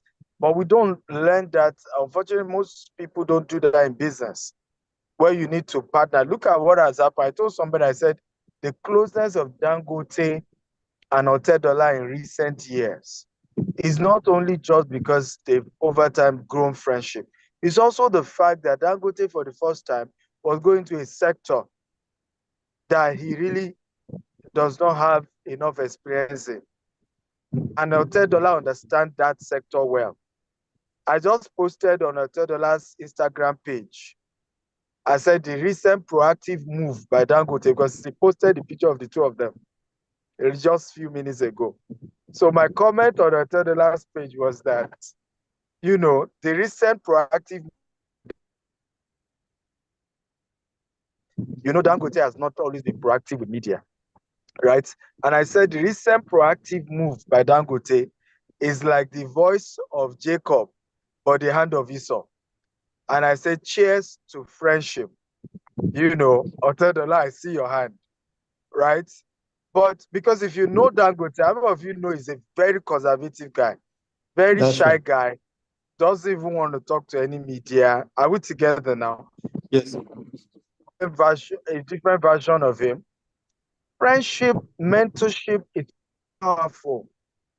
It's more that people think business is products, business is assets. No, business is knowledge capital, right? It's knowledge capital. So you want to scale your business, you want to grow your business. Who is in that sector that is ahead of you? Go and meet them, right? If you will be handling something for them, am I making sense at all? That Very well. they are not good at in exchange to get proximity. Am I making sense at all now? And they don't need to ask for it. It's just wisdom, because even if they are busy, they'll just remember that, well, I will still need this guy for this thing. So either way, let me just create the time. Am I making sense at all? I've not made it a secret that I handle Dr. Cosmos' social media digital assets, right? He didn't need to beg me for it, right? But I knew I had it. You now have 100,000 on Instagram. So how? You know, he was shocked. But that is something we're beginning to do. And by the way, you see a lot more of him over time. But with that now, I can't say, I want to see you, sir. And he will be like, I'm busy. Am I making sense at all? So because some of you think it's money, I don't have money to access mentors. There is still an area you have strength that they may not have strength. Go with that area first. Don't go with, come and mentor me, come and help me. Come and say, sir, can I help you with this aspect? Right? They will first be watching you with two eyes. Of course, with skepticism, right? With, you know, what's he looking for?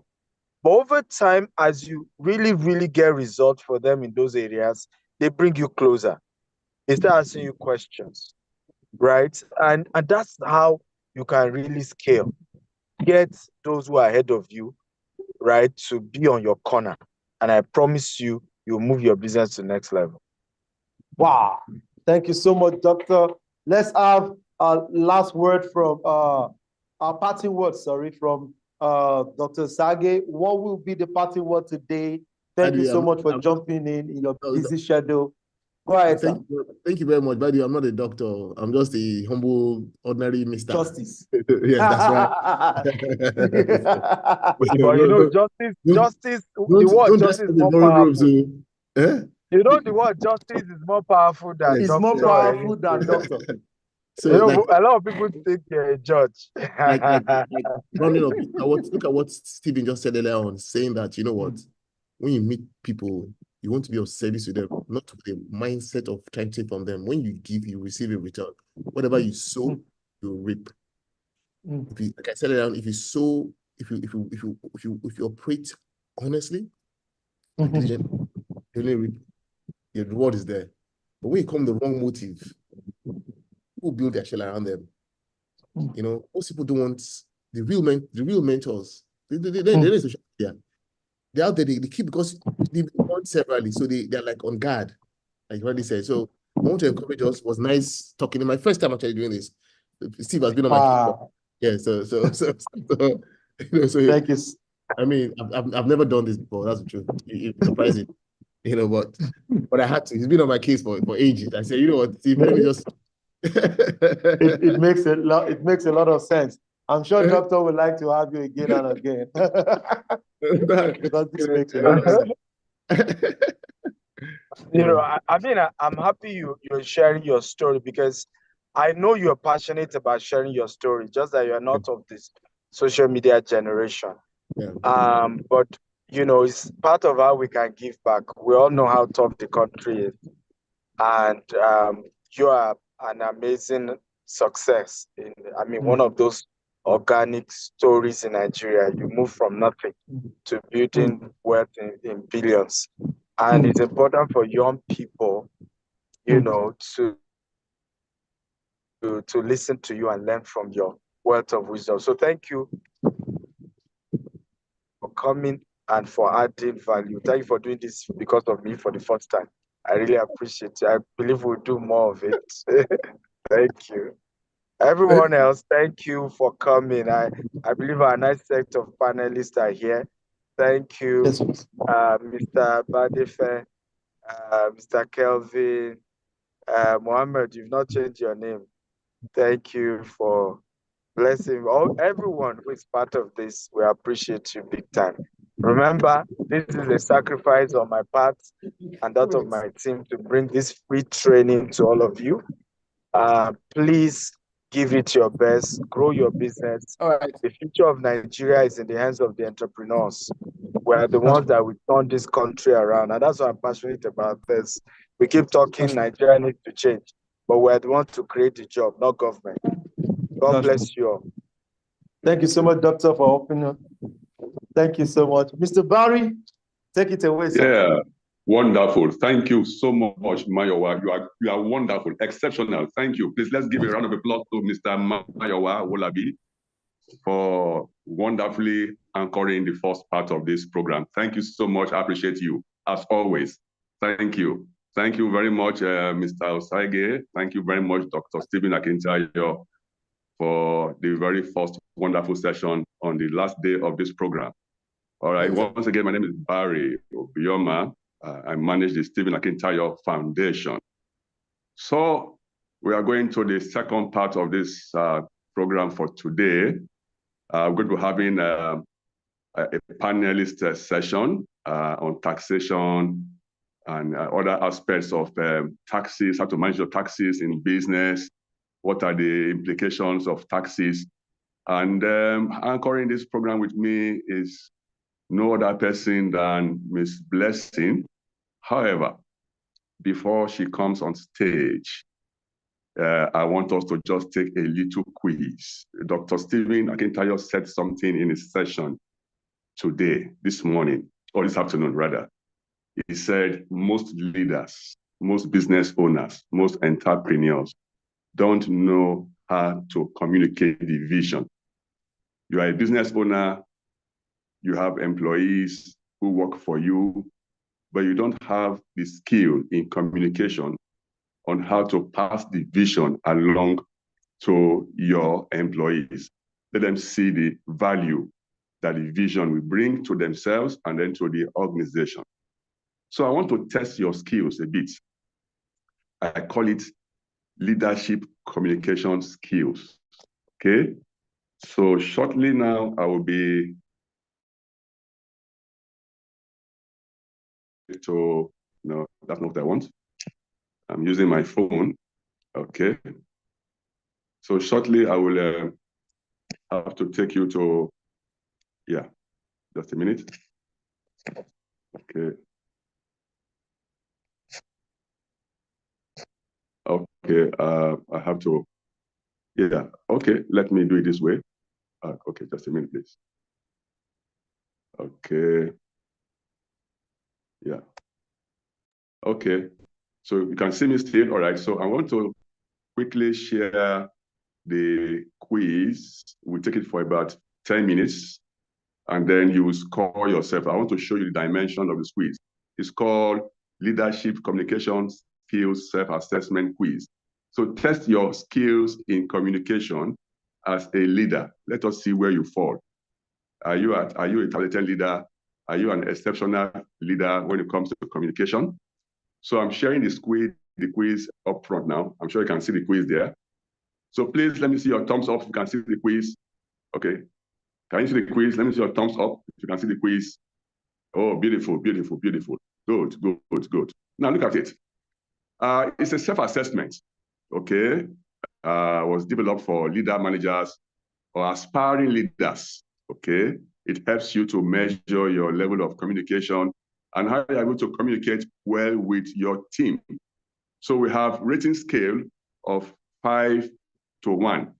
5 being you always do what the statement says. 4 being you usually do what the statement says. 3 being you sometimes do what the statement says. 2 being you rarely do what the statement says.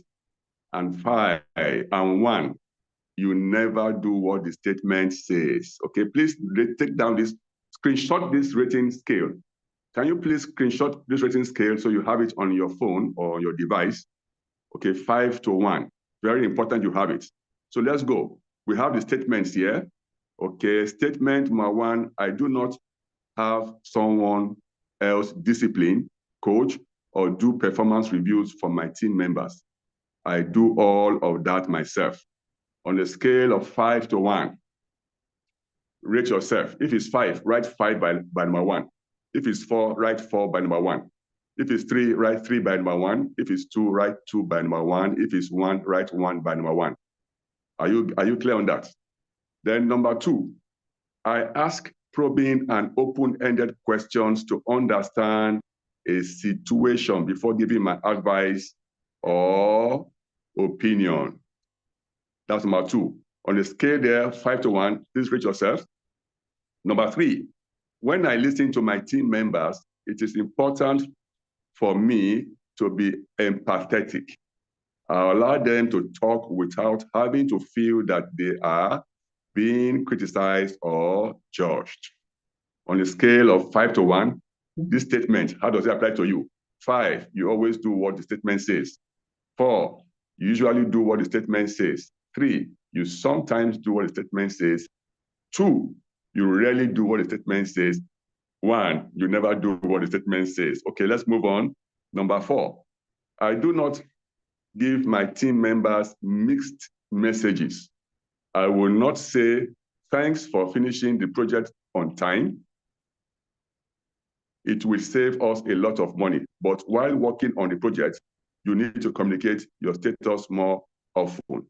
So on a scale of 5 to 1, rate yourself. Where do you fall there?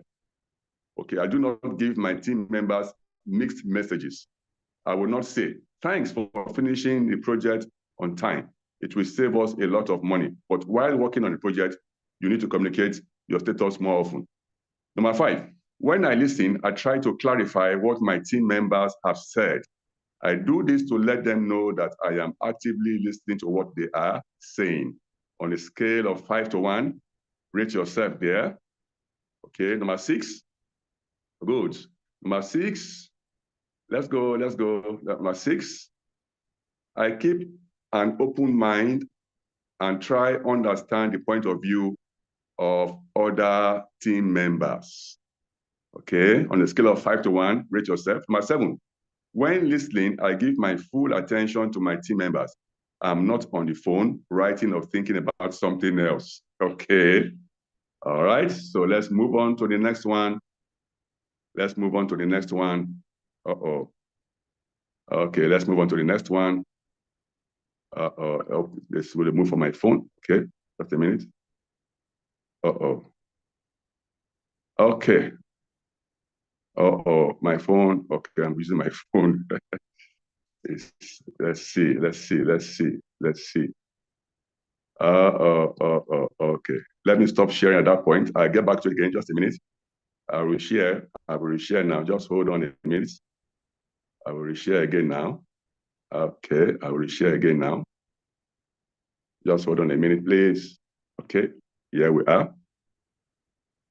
All right. Oh. Okay, I can't go beyond these first 7 points, but Please, let's add the first 7 points together. Let's see where you fall. Let's add the first 7 points together. Let's see where you stand. So please add up your 7 points together. Let's see where you stand. How many scores do you have? So please share your scores on the screen. The highest score there is 5. So if you multiply it by 7, 35. 35. Oh, yeah. So I want you to add, 35. Okay. So Brenda has 35. Okay. Yeah. Let's share your score. Let's see. Share your score. Okay. Elizabeth has 22. Okay. Kalinos. Okay. Has 35. Okay. Okay. All right. Samita has 24. Okay, Clement has 23. Temitope has 23. Okay, all right. Now let's see the catch here. Do you know that it's not having the highest score that determines if you are a good communicator? Okay, let's see together. I do not have someone else discipline or coach or do performance reviews for my team members. I do all of that myself. If you tick 1, you never do what the statement says, okay? Or you rarely do what the statement says. Or you sometimes do what the statement says. Or you usually do what the statement says. Or you always do what the statement says. You can see that if you are ticked 5 there, I do not have someone to discipline, coach, or do performance reviews for my team members. I do it all myself. So if you say you always do what the statement says, it means that there's a challenge with you in that area. Okay? There's a challenge with you in that area. So if you rarely do, or you never do what a statement says, there's also a major challenge with you. I do not have someone to else discipline, coach, or do performance reviews for my team members. I do all of that myself. If you never do what a statement says, means that others help you to do it. Okay, help you to do performance reviews for your team members. That's good enough. Okay. Number 2, I ask probing and open-ended questions to understand the situation before giving my advice or opinion. If you now went to put there, I never do what the statement says, which means you never ask open-ended questions, never ask probing questions before giving your opinion. You can see again that it's an issue. But if you tick my 5 or my 4, that says you always do what a statement says, which means you always probe, you always ask open-ended questions before giving your opinion. It means that you are a good communicator there. So taking my 4 or my 5 for my 2, you are up and good. 3, when I listen to my team members, it is important for me to be empathetic. I allow them to talk about having to feel that they are being criticized. I allow them to talk without having to feel that they are being criticized or judged. If you tick my 1, I never do what that statement says. Okay? That is, you never listen to your team members. Okay? You never show some empathy. It means that there's a challenge with your style of communication. But if you tick my 4 or my 5, you usually do that, or sometimes it's a plus for you. Number 4, I do not give my team members mixed messages, okay? If you say, I never do what the statement says, okay, it's a plus for you. But you say, I always do what the statement says, okay? I do not give my team members mixed messages, okay? So how frequently do you do this? Do you always give your team members mixed messages, or do you never give them mixed messages? If you tick my 1 there, it's a plus for you, okay? Number 5, when I listen, I try to clarify what my team members have said, okay? So if you tick, I never do what the statement says, then it's a minus for you. If you tick 4 or 5, I always do what the statement says, or I usually do what the statement says, it's a plus for you. Okay, I keep an open mind and try to understand the point of view of other team members. If you tick my 1, I never do what the statement says. Or you tick my 4 or 5, I always do, or I usually do, it's a plus for you. Okay, number 7, when listening, I give my full attention. I give my full attention, okay, to my team members. If you tick my one, I never do that what the statement says, then it's a minus for you. But if you tick to my 5 or my 4, I always do what the statement says, which means that you always listen to your team members and give them your full attention. It's a plus for you. So if you have 5, 5, 5, 5, 5 all through, might not mean that you have very excellent communication skills. Some areas might tick 1, some areas might tick 5 or 4. Does this help us a bit? Okay. Hello? Does this help us a bit? All right. So if you want to get, you missed one. Okay. If you want to get a full take of this, okay, please just go straight to register for the program. We have a program called Business Sense. Mr. Jamie, can you please put the link on the platform now? Click on the platform now and register for the program. It's called Business Sense. The link will be shared on the platform now. Click on it and register. Then you will take a full quiz on this and know your level of communication as a leader, as an executive with your team members, okay? All right, so I'm waiting to see you do that. We will drop the link on the chat now. Mr. Jamie, can you please let me put that link on the chat? The Business Sense link. It's a program called Business Sense. It has 7 dimensions, okay, on how you can build business sense and become very successful. Oh, yes, sorry about that. You can try another network to ensure that your network becomes stable. All right, so Ms. Blessing, are you available now to take it up from here? Ms. Blessing? Yes, I am. Yes, I am. Okay, over to you. Welcome. Good afternoon, Mr. Barry. Thank you so much. Good afternoon. Thank you so much for that exercise. And also, I want to thank Mr. Mayowa for, a beautiful first half session that we had. He really did amazingly well. I'm going to go forward to what we have today. But firstly, I'm going to introduce myself. As Mr. Barry mentioned earlier, my name is Blessing Eziago, okay? I'm currently the branch manager of Sadios Efe under GTEX Homes, and I also double as the compliance manager for GTEX Homes. And it's indeed a privilege for me to host this, as I'm going to be calling up, or rather, I'm going to be introducing some phenomenal personalities in our midst. One of them happens to be a direct mentee of our chairman and founder, Dr. Stephen Akintayo. But before I proceed, please, can you all hear me? Please, can you all hear me? Am I loud and clear? Can you all hear me, please? All right, thank you. Thank you, Kelvin, for that confirmation. Thank you so much. So I'm going to be bringing on board for our panelist session, and the panelist session is titled My Startup Story by no other person than Mr. Mohammed Dago. Before I bring him on board, I know he's here already, but before I bring him on board, I want to tell you that I was privileged to work with him when I was a branch manager, a former branch manager of GTEX Homes Abuja, and I can tell you he's a very interesting personality, and I'm sure we cannot wait to hear from you. Good afternoon, sir. How are you doing today?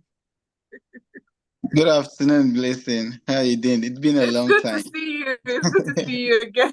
To see you again. I've been seeing you on TikTok and Instagram. It's been long with talk. How's it doing with you now? Oh, I'm well. I'm well. Hold on. Thank you. Thank you for so having much. me. Thank you for having me. Thank you it's a so privilege much. actually to be part of this program. I regard this as a privilege.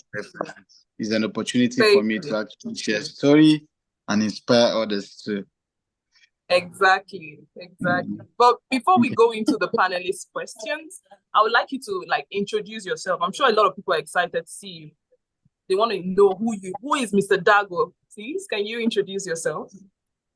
Okay, my name is Mohammed Dago. I am the CEO of Dago Groups. Dago Groups compares of Dago Fitness, Biohubs, and Dago Express, right? And then recently we are going into real estate too. So possibly you start seeing Dago homes flying around as well. I do e-commerce for a living, and it's been 5 years now. I started e-commerce actually. So this is Mr. Dago. Awesome. Thank you. Thank you for that introduction. Yeah, so I'm gonna start. These questions are really straightforward, and trust me, please give it your wealth of time so that people can get one or two. So the first question for this panelist is, what really inspired your startup? What inspired you to start up your company? What was the inspiration behind it?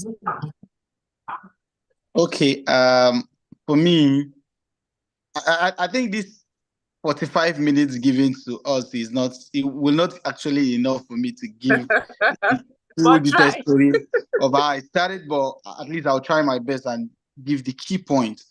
Right. So like every other person, right? We started like every other person, and then it was actually I've started later on that I actually discovered that okay, this is the reason behind. I was just starting a business like every other person out there. Actually have a why, right? But then the why was not that motivating factor, but I just wanted to survive. That was actually the initial plan. I wanted to survive. Then in the long run, I begin to see that this is actually an establishment that I can scale to the moon and that I can be known for it too, right? So I started in 2019. I actually started, I had a nursing certificate, right? So when we finished, we came to Abuja. We were struggling for jobs, hunting for jobs up and down. There are a lot of offers on ground, but I wasn't satisfied with the offers on ground. So I chose to go for security job, right? I chose to go for a security job. Sorry. I chose to go for a security job because it will give me ample time to scale, right? Thank you. I'm already on class. Wow, I can't believe this. Wow, interesting. Sorry. Interesting. Yeah. Interesting.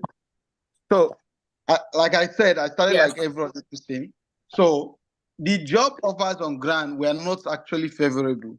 So, I joined a security company called Halogen, right? And why did I join Halogen? It's because Halogen gave me opportunity to go do my work one day on, one day off.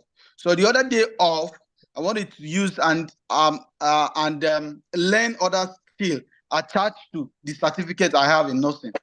Right? It's a weird decision. Nobody believe me anytime I tell this story, because I had my nursing certificate already, and I choose to go for a security job because I wanted to have other skills, and nursing will not give me the opportunity to learn other skills, and nursing cannot actually fund my future. Nursing cannot give me the kind of lifestyle I want to live. So I started that security job, and then from there I began to learn computer, right? Because I don't even know how to operate computer at all in the first place. This thing I'm telling you now is just 5 years, from 2019, right? So I started learning computer, and then from there, I learned meaning importation, how to import things from China with 2,500 naira. So as Oga usually said, he started his business with 1,000 Nigerian naira. I also started my own with 2,500 Nigerian naira because that was the only money I paid for training then to learn how to import things from China. So I paid for this training, and then after the training, implementation becomes a problem because I don't even have money to import things from China. Do you understand? So I have to sit and then, what should I do? What should I do now? Because this is actually a gold mine opportunity in my hand. I already know how to import, but I have not actually implemented. So there is no guarantee that I know how to import. So what I have to do is to gather this knowledge I've get from the mini importation class and begin to coach other people. Pay me 2,500. I train you how to import things from China, right? So when I did that, a lot of people opt in. I get about 2,000 students who come in, and then at the end, I get to train almost about 150 students. So I was able to gather a little capital. But then, from that little capital, I was still afraid to import these things from China, even though I am teaching other people how to import things from China. So one of my students had the courage to say, I want to import because I need to apply this skill. And I helped the student guide her on how to import a product from China. So when our product landed, we follow all the process. When our product landed, that was the validation that I actually know how to import now. So I didn't even risk my own money. I risked a student's money. So when the item landed, I know, okay, I know how to import things from China. Now I started importing. And then the money at that time, because the money I raised from the training was not even enough to solve my other problems. So I have to use the whole money again to solve some other needs that I have behind. So I was left with nothing again, right? So I have to organize another class that, okay, those who I train and they're afraid to import things from China, I can actually help them to import their goods from China. So they all gather money and give to me. We call it pre-order then, right? So we bring these things. They pay me. People pay from different parts of the world. The trust was there because I was the one that trained them. So because of that, they all believe that, okay, this guy is a go-to, and they all bring money for me to import things from China for them. And that was how I was able to raise money to start my own e-commerce business. Right? So if we are discussing about those who start with nothing, I'm actually part of them. And the business has actually grown to over a team of 50 plus now. Alhamdulillah, we've come so far from there. We've gone so far. Wow. So this is just story about me, actually. Wow, that's an amazing story, sir. That's an amazing story. And yeah, like you said earlier, it's similar to Dr. Stephen Akintayo's story. It started with 1,000 naira. That's the bulk SMS business. So I mean, Yes. it's no coincidence that you're his mentee. You would agree with me. Funny enough, I've not discussed this story with him. Funny enough, I've not discussed this story with him. But I believe you'll be hearing me. I'm sure he's listening to you right now. Yeah. I'm sure he's listening to you. All right. So just briefly, can you tell us what problem does your startup solve? What problem does it solve exactly? Okay. So when I start the e-commerce, I look at the opportunity around the e-commerce, because the first thing we were doing was importing things from China to people, and then we look around it, right? If this thing can actually be sell online, because what I was doing was not just online, it was just a WhatsApp platform. People give me money.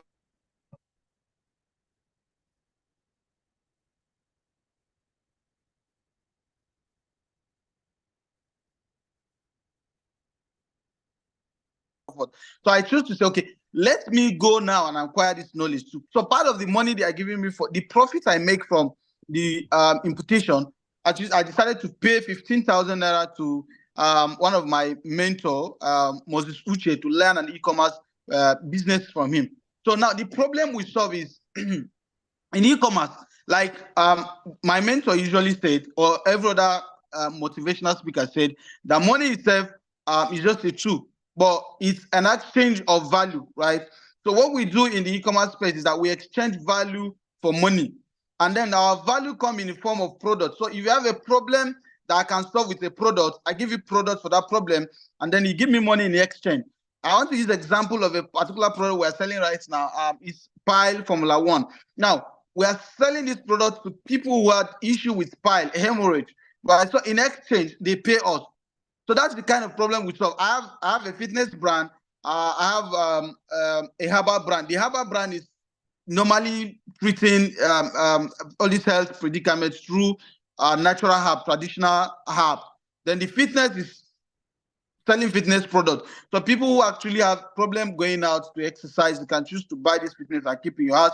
If you are a type that really don't like to associate with people, if you are the type that procrastinate a lot about exercise, we are here for you. We can give you items. I mean, we can sell our fitness products for you, keep them in your house, and then you, at any point of time, you can do exercise.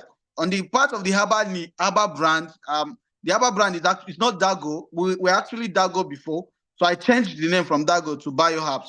So the BioHerbs, what we do is to solve health challenges. We have products for liver, we have products for pile, we have for insomnia, we have for brain. We are launching more. We're even launching for eye care as well.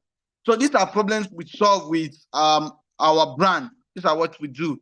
We actually give product in exchange for value. Okay, Yeah. that's fantastic. That's Thank you. fantastic. I'm sure we all can listen. You see how e-commerce is using e-commerce business to change lives. I mean, look at the health sector you spoke about. Imagine helping people health-wise, just using his tools and his skills. So that's an amazing one, sir. So the next question I want to ask you is, what were the biggest challenges you faced in your early days, and how were you able to overcome them? How did you overcome them? Yeah, for me, one of the challenges I had was I was underrating myself, right? I actually have this primitive mindset that this business is made for people who know how to speak good English, people who can write well. So it takes a lot of time for me to discover that I can actually learn how to write well. I can actually learn how to speak well, because what we do is we communicate our word in written, right? Like the sales funnel I talked about now, it's word, your sales word in a letter, like a copywriting. Then your videos you use to are like a script you use. You're going to write a script to promote this offer. So I have problem with that particular part. I always feel this timid, like I'm a little shy. I don't even know how to talk to people. I don't write. It was even, see, to be honest with you, I started writing on Facebook, boldly writing on Facebook when I become a mentee of Doctor. I don't write, right? My social media page is empty. So when I become a mentee, Doctor always encourage that you write. Nobody is perfect, right? There is never a perfect time for you. And you cannot start perfect, but you can start and become perfect later. So that is how I begin to write on my page. And today, alhamdulillah, we've gone far in that regard too. I write a lot on my social media. So I also do videos as well now. But it was because of Doctor. And this is one of the challenges I have in the early stage. The another challenge we have is taking the business personal. I was emotionally attached to the business. And this business does not require emotion. You have to leave your emotion aside. Customers are made to sometimes upset you. Customers is always the king, that they said. It happens in e-commerce too. Some people will place order, and then when you go to deliver, because we do payments on delivery. When you go to deliver, these guys will not even respond to you again. They will not respond to agent, and in the end, agents will charge you, because we have partners across the whole state. These agents are going to charge you money for failed delivery. So I was always emotionally attached to it. Anytime it happens, I feel down, I feel drained. So it takes a while for me to overcome that challenge. And then the third challenge was Facebook. Facebook actually have some kind of policy that if you go against them, right, they're going to take down your account. So anyways, anytime Facebook take my account down, I take it personal. I was always emotionally drained. It didn't affect me a lot. But it takes a while for me to discover that I don't have to be emotionally attached to Facebook ban. And the king, the abido checker of the challenge I had when I started was financial management. And a lot of us face that problem. Today I always discuss that, financial management. As I was making the money, every little problem I want to solve, I wasn't saving enough, right? I was not saving enough for my business growth. So it's one of those challenges I faced in the early stage of the e-commerce. These are the challenges I actually, yeah. Wow. I think at this point, please, if you are listening right now, please give a round of applause for Dr. Stephen Akintayo. I mean, he said something that he could not write successfully on the social media space until he became a mentee of Dr. Stephen. You don't know what that means. A round of applause, please. Thank you. That story was... A round of applause to Doctor. Doctor is actually doing an amazing job. He's doing, I'm telling you, he's doing amazing. Yes. He's doing an amazing job. All right. Let's continue on. I still have some interesting questions to ask you, but All right, so this one is quite interesting. I'm sure a lot of people want to listen. How were you able to identify your target market? And what strategies did you use to attract your first customers the very first time you did e-commerce? Okay. Yeah. Actually start with a product, an eye brand. E-commerce is one of those niche that does not require a lot of research when you are starting, right? And if you are lucky, you just start and then boom, everywhere will suit for you. But along the line, those steps you jump, right, it will manifest. So definitely there must be kind of revision. You have to go back, carry over. If you miss any step in the e-commerce, right, you might be lucky and hit in the first place. But you see those classes you jump, you see those steps you jump, definitely they are carryover for you, or else you will not scale, right? So what the first product I sold was an eye brand for ladies, right? It uses to shave your brand. So I was buying that one. Definitely, you know, I have to be very honest with you guys. It was not of like idea like that. It was just a friend that recommended, can you sell this? And we start. So what I did was designing a sales funnel, right? Sales funnel, we know what it means, right? So with the product email, the information, the price we're going to sell and so forth. So we do a video and then we drive traffic from Facebook to the website and the person place. The first sale I made was in Abuja here. In Ludo, I went to make that delivery myself. Right. So when the woman placed order for, it was 15,000 naira, the eye brand. I was shocked because I wasn't imagining somebody would buy this product because the product was very small. How would somebody buy this thing for 15,000 naira? Do you understand? So I just said, okay, let me go and make this delivery. I called the woman, please, ma, we receive your order. I was acting as if it's one big company like that. Do you understand? So we went to the woman, and then when we get to her place, myself, when I get to her place, it was a bike. I went there and take bike. We waited for so long. When the woman came down, she said, I placed order for eyebrow. I said, this is eyebrow. I said, wow, this is good. She counted 15K and give me. When I left there that day, when I left there that day, my story, that's the genesis of my story. Because that was a proof that it works. So all I have to do is to put in all effort, put in all the attention the business requires. Get all the knowledge I can get, I can find anywhere at all. Whatever price is going to cost me, I try my best to get the knowledge and then the system, put everything in place. So our first time of having a customer was through Facebook marketing. Paid ad, actually, not organic. Paid ad to our site, and it has never been the same since then. Wow. You know, there's a saying that once you're faithful in the little, much will be added onto you. And of a truth, yes, sure. That has been proven through what you just said now. And yeah, thank you for that story. It takes a lot to, you know, share this part of you with us. And we are grateful. We are privileged to hear that. Thank you so much. Thank you so much. All right. So we're moving over to the next question. What mistakes have you made? What mistakes have you made, and what did you learn from them? What did you learn from them? Okay, the mistakes I've actually made, like I said earlier, was number one of it was financial management. I wasn't really taking that serious. I think that's the major mistake I've made, and I came to discover that for you to scale this business to the moon, you must have enough capital in place. That's for e-commerce generally. You must have enough capital in place. So the mistake I made was financial management, and some major mistakes like not testing a particular product, testing markets before bringing those products to Nigeria. E-commerce requires that you test your markets first. If there is demand before you bring in, and when you are bringing, you don't bring in large quantity. You bring in some little quantity first. Sell and see the acceptance rate of people before you add more. So those are one of the mistakes we make then. We didn't test. Sometimes we don't test product. We just bring in, and then at the end, we end up not selling this product, and it end up affecting our business. So the financial management part was actually a very big issue. I wasn't taking financial management serious. I was not investment, not at all, not investment at all when we started early, right? So our own was just, like I said, The goal earlier was just to survive.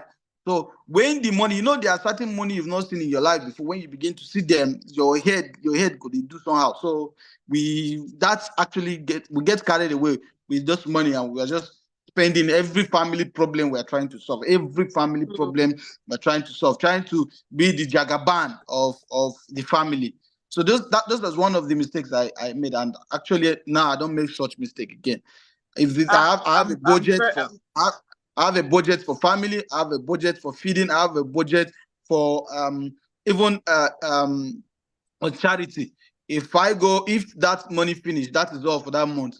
Even if you swallow shovel, we wait till next month. That's the budget for that. So I've learned to minimize my expenses. I've learned to manage my finances. I've learned to invest more on income generating assets now too.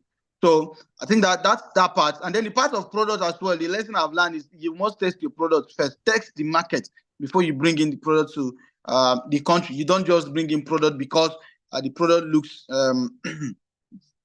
because the product looks enticing or the product looks wow. You don't get carried away. That's why this business, our particular kind of business, you don't attach emotion, right? Because you love a product, because it's so product, and you begin to say, hey, this one go work, so let me bring it. If you look at my story, I'm a health professional, right? I'm a nursing officer, but I actually did not even start with health product. In fact, we started health product January this year. I've been doing other products first. So the business is not a business that you come in and say, okay, I want to now do with my passion. No, you do with what is sellable. Any product that's sellable, what the market demand is what you sell. Until you get ground, until you understand the pros and cons of the business before you begin to talk about your passion. Now I'm going back to health. It means I'm going back to my originality now. And to God be the glory, we are doing absolutely amazing in that niche as well. So first thing first is just understand your go for money first, leave passion aside. When you grow up, you can now talk about your passion. I like the sound of that. Go for money first, then. Yes. Yeah. Then your passion comes into place. I hope we're all learning. I mean, it takes a lot to get him to express himself this way. I hope we're all learning. All right. So one more thing, yeah. If you were to advise someone like a new startup, a new entrepreneur that wants to go into the e-commerce business, what would you tell the person? And also, is there anything you would have done differently if you wanted to start all over again? Yeah, definitely. So let me start with your first question. I think you're now coming to the questions that I was expecting earlier. Can you hear me, Blessing? Can you hear me? Yes, please? I can. I can hear you loud and clear. Okay, these are actually the questions I was expecting. In GTEx, you guys just have step by step. You guys, you see how you have your way of doing things, and I appreciate that. We learn a lot from Doctor, right? Doctor will always take you unaware. I appreciate that. So if if I had to advise somebody who is starting out, right? One is I will tell you there is never a perfect time to start. There is never a perfect time starting out.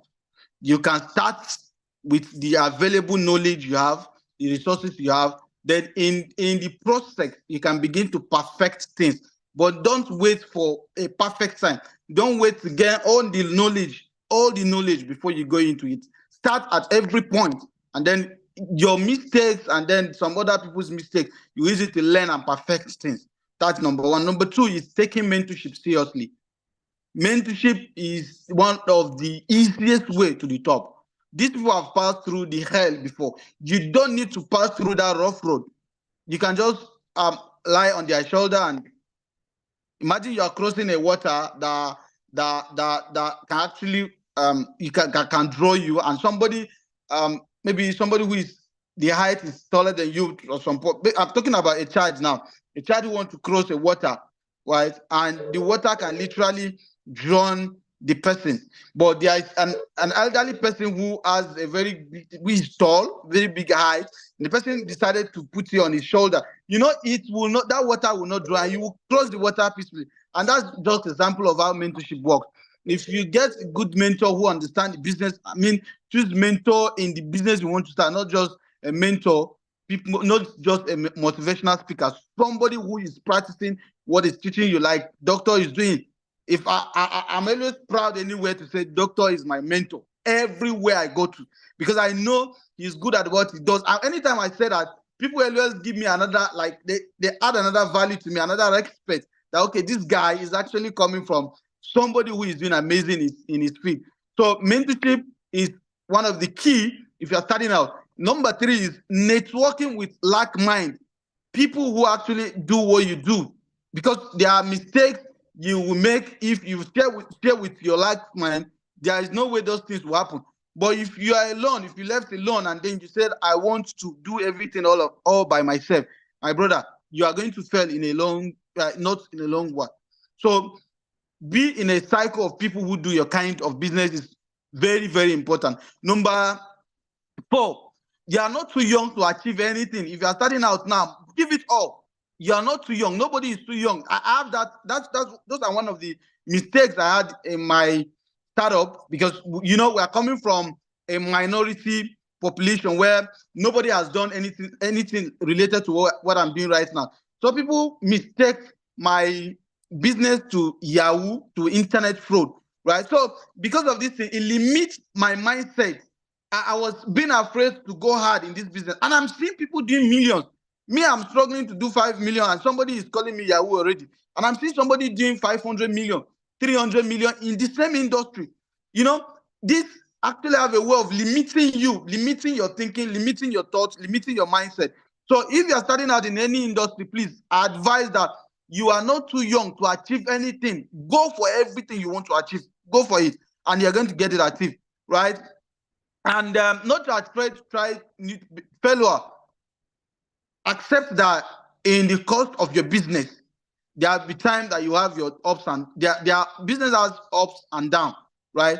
There are times you are going to face challenges, but accept it as part of the business. Challenging is never the end of your business. It's a starting point of another opportunity in your business. So if you're starting a business, accept that it must happen to you. You can't do anything. It must happen to you.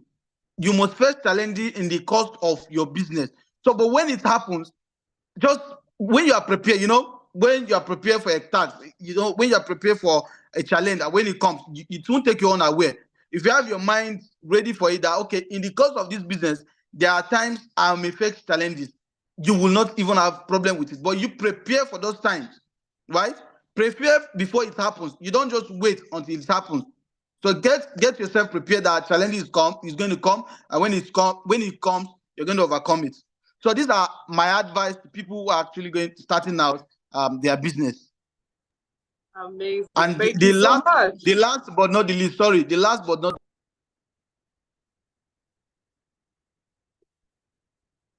We can't hear you, sir. Unmute yourself, please. Oh, okay. Sorry. The last part is the financial management part. Please, as you're starting out, forget these flashy things we buy. Forget everybody. Just put your face in your business. Your business is your first priority right now as you're starting out. So anything that has to do with your money, please don't play with it. Your business is money. Cash is business.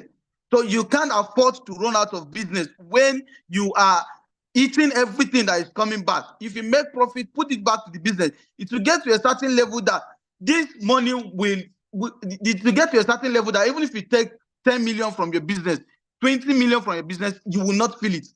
And I'm one of those things. My dad is currently in the hospital for over 4 months now.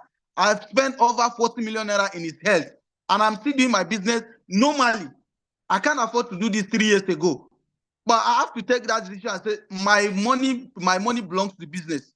Just take small part of it. And when that money finish, just don't go to the business and start removing capital from it. Even if you are taking, it should be loan that is recorded. When you take your salary, pay back. I do that sometimes. There are problems that come that I know there's no way I will run away from this problem. I take loan, and my accountants can testify that if I'm taking the loan, it will be clearly written on the description of that transaction that this is loan. and I will indicate it. So at the end of the month, if I take my salary, I will return the money back. So don't play with your financial management when you're starting out. Thank you so much. Thank you. Thank you. You would agree with me that was super insightful, man. The step by step, he gave different steps on what you can do, the things you can avoid, how you can scale. You see why mentorship is important. You see why programs like this are very, very important. Imagine if you are not here and you want to start out. Imagine all the hurdles you have to face. But listening to this right now, you've actually gained wisdom. All right. So, sir, you said something about challenges, which brings us to the next question. What keeps you motivated in your tough days? Like days that you feel down, days that you face challenges that are so strong. What keeps you motivated? I think it's just simple, right? For me, I would say it's simple. Discipline, right? Motivation at that point will actually raise your dopamine hormone. That's why most time I listen to motivations a lot too. I do that, right? Especially Doctor is one of, like, I am his mentee, but his YouTube channel is one of those university I go to every time. Do you understand? So I don't discipline. Let me clear it. Discipline yourself that even when you don't feel like doing this job, stand up and do it. You don't allow maybe a flashy car to pass first before you feel motivated to go and do the job you're supposed to do as a leader in your organization. Discipline yourself. These are the things you do. Me, I have a target set out every single day, right? Today, this is what I'm going to do. This is what I'm going to do. This is what I'm going to do. So on no account, no matter the challenge that will come that day, I know I have a task to complete. So I have to discipline myself to complete those tasks. So for me, that's as simple as that. Just discipline alone is enough for you to keep you going. Okay, discipline. And I love the fact that you were strong on financial management. You know, that is very, very important. Discipline and take your financial management very seriously. Thank you so much for that insight. The last but not the least is, okay, who are your mentors? Already we know Dr. Stephen is one of them. Who are your mentors, your role models, and how have they influenced you so far? Okay, because we know Doctor is one of them. He's number one. He's not just one of them, he's number one. Right? Doctor is number one. Number two of them is I actually discovered all these other people from Doctor. To be honest with you, in my own business or field, what we are doing was just surviving, to be honest, until I discovered Doctor. That's when I begin to see business in a different perspective. My own was just mentorship in my field of operation, in my field of industry. I don't look out for other mentors. I don't know if you get my point. So in my field, Moses Uche were people who actually I learned this business from scratch. I don't think he's a popular person in the internet that you will know, right? Due to the fact of the kind of industry we operate in. The second person was Simon Amucham. That was when we were about to scale our business. Amucham was one of those people who actually contributed to my scaling. Then after I met Doctor now, and I have a lot of other people who I listen to, people who I pay attention to their channel. One of them is Dr. Cosmos Maduka, Dr. Olumide Emmanuel, Dr. Linus Okore, and then one of a mindset coach again, Dr. Ugochukwu Omegu. So these are people actually pay attention to their social media. These people have actually shaped my mind. They've given me a different perspective when it comes to operating business, right?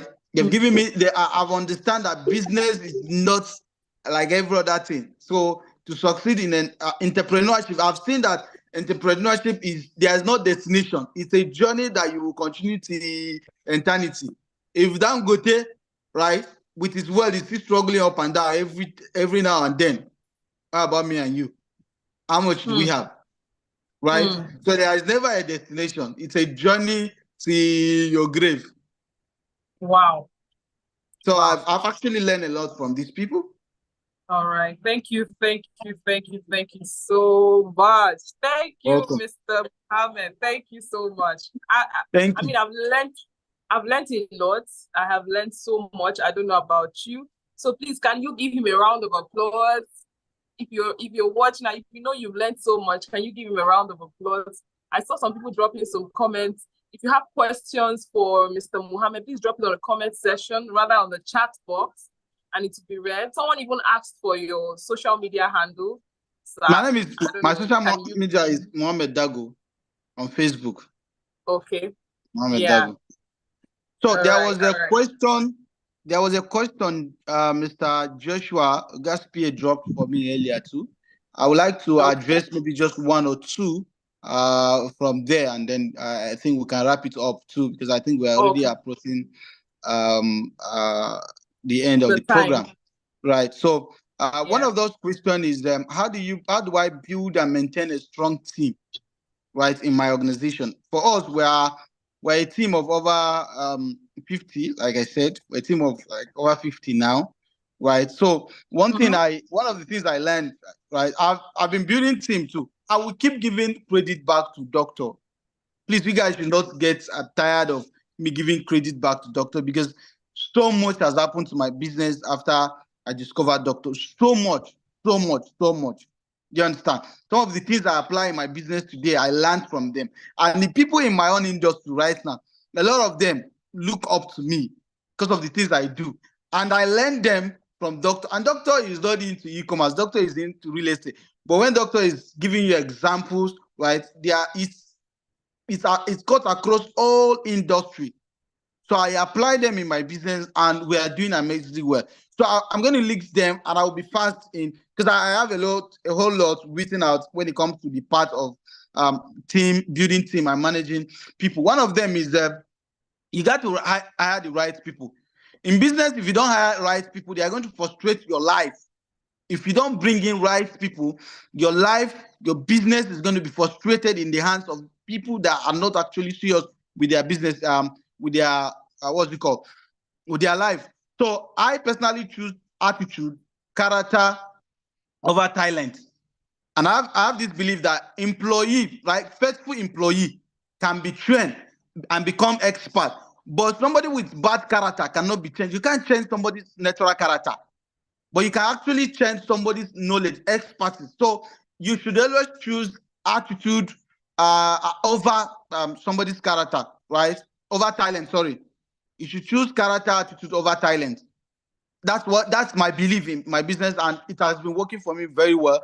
And one of the things I do is I lead by example as a leader, right? There's certain things that you want to happen in your business. You got to be showing it. People got to see it working in you. You don't just come and preach what you don't apply to your own life. They will need to see it working in you. Your employee needs to see the working of what you are talking about, like vision. And it's one of the things I was supposed to talk about. You got to communicate your vision with your team. And then when you communicate this vision, let them see this vision happening. You won't tell people that what this business in the next 3 years want this business to grow to a $50 billion business, and then you are still at the 1 million naira they know you with. You are not making progress. So your employee needs to see you working towards that vision. They need to see it happening for them to believe in your vision. I don't know if you get my point. Then one of it is I don't hire family or friends that I cannot fire. Anybody I know I cannot fire, I don't hire those persons. So if you don't have confidence, if you know you will not have confidence to fire anybody, please, in the first place, don't employ such people, because it's going to take a toll in your business. And when that happens, there is no way for you. Your business is going to feel the impact of that person. So anybody that you cannot fire, don't hire them in the first place. Then respect your employees' opinion and let them share in decision making. And Doctor does that a lot. In fact, when he's having meeting with his team, secret, your guy is just too vulnerable, please. He's just too vulnerable. He will be having meeting with the team, the entire team, and then allow external mentee to join in the discussion of the meeting, sharing idea. I learned so much in that idea, and I apply it to my own business. So you allow your team to share in decision making. Let them share with you, because they want to be part of that vision. And if you don't allow them share in decision making, it means they are not part of it. What are you preaching? I don't know if you get it, right? So give a clear understanding of the job description. As I always say this, assumption is the lowest form of knowledge. Don't assume that people should know what they do. Always give a clear description of what you want them to do for you. If an employee is employed to be in the customer service department, give them clear job. This is what you want from them. And this is what they should be doing. Don't assume they should understand it. Customer service is meant to call people. No, they are not meant to call. You are supposed to guide them and put them through, give them a clear description of what you want them to do, right? Then clear direction and expectation as well. After giving description, this is how it should be done, and this is what I expect in return. Like Dr. Wele said, that integrity is not about you being honest. It's about you giving back even when things don't go the way it's supposed to be. Do you understand? So give them clear direction and expectation. This is how I want it to do, and this is what I expect of you. It should be communicated with your team. Then delegate every fucking role. A lot of us have problem with building team because we believe other people cannot get that job done the way we are going to do it ourselves. So if you are afraid to delegate some certain role in your business, it's going to affect you. And I will still give this kudos to Doctor again. I will still reference to him. Look at what they are doing in DTEX Holding. People who started as intern are becoming CEOs of different subsidiaries. That is him giving trust to people. And that's to show that he delegates imagine somebody delegating a role of CEO to a staff that started as intern. What can you say about that? I don't know if we're getting it. So it's very important that you delegate. And then one of these is recognize, reward your staff. When somebody did a wonderful performance, recognize and reward them. You don't just let it slide. The day they don't do well, you punish them. When they do well, reward them. So you should always recognize your team and reward them of incentives, right? And then have what's it called? Encourage regular training. Bring in external hand. If you are not good in a certain role, bring people who are good in that role externally to train and coach your staff and give you the results you want. You will not be good in every aspect of your business. There are areas that you will have weaknesses to. Bring other people who have strength in that department. Let them train your team so that they can give you the best. Don't be a master of all, jack of all, of none. Is it jack of all, master of none? I don't know how to say that. Add it again. And then last but not the least, when it comes to team, don't be afraid to trust when you have a loyal team. If you have somebody that is loyal, please trust them. Because if somebody can stay with you for some certain period of time, you should also trust them. I don't know if you get this part. I think I've come to the end of that building a strong team, building a high-performing strong team. Thank you for having me, Blessing. Thank you so much. Thank you for that bonus tip. Thank you. Someone says jack of all trade, master of none. Yes. Don't be that person. Don't be that person. Thank you. God, this last one was like the icing on the cake. You just nailed it all. You just crowned it all up. Thank you so much. Thank you. Thank you. I'm blushing. Thank you. Thank you so All right. So one more last word for our viewers and those watching, and those that are participating. One last keyword, just one last word. Just, Okay. Like I said, business has its ups and downs. Like Dangote said, one of his live section. I saw it. Was it 3 days ago? That when we get to heaven, God will ask, where are those entrepreneurs from Nigeria? Once you are able to identify yourself, God will just tell you, go straight to the heaven. You don't need to suffer twice. Do you understand? So that's to show that entrepreneurship is not a normal game. You should expect that it comes with a lot of challenges, and you should be ready to face those challenges, right? And I will still go back to that financial management. Don't be quick to show people that you've arrived. Hide yourself. Build in isolation. Don't be quick to come to public that I am good. You understand? Build yourself until you are rap enough to come to public. In fact, even me up to today, I'm still, you know, doctor encouraged that will come to social media, but at some point, I felt I still need more. I still need to build more. I still need to rap more before it comes to public. So don't be quick to come to public. Don't be quick for people to know you. It takes time. Once you build to some certain level, you don't even need to announce it. People will notice it from you. Build capacity first. Thank you, Mr. Pedro. Right? People are going to notice your strength. People are going to notice your capacity. People are going to notice your strength. So don't be quick to tell people that I have arrived. I always discuss it in one of my programs. Arrival syndrome is one of those easiest way to kill down your business. And don't assume that you are good. Arrival syndrome that I'm saying, quick that I'm saying, it cuts across all departments of your business. Don't be quick to say, I know, I understand this business now. I don't need to learn. I don't need to go and get mentor. I don't need to collaborate with anybody. I can do it all alone. I assure you that your business will decline. Your business is going to face the other way around. So you have to keep investing in yourself, keep investing in the business, keep updating your knowledge on daily basis. There are some things you pay, classes you pay, right? Possibly it's just one lesson you learn from it, and it's going to have a whole change in your business. So keep updating your knowledge, and this is all I have to say. Wow. Thank you. A round of applause, a round of applause for Mr. Mohammed. God, I've learned so much. You all agree with me that this is in fact is power pack. It's power pack. I'm humbled. I'm humbled to hear this firsthand. And I want to say a very big thank you for having us. Thank you for sharing this wealth of knowledge with us.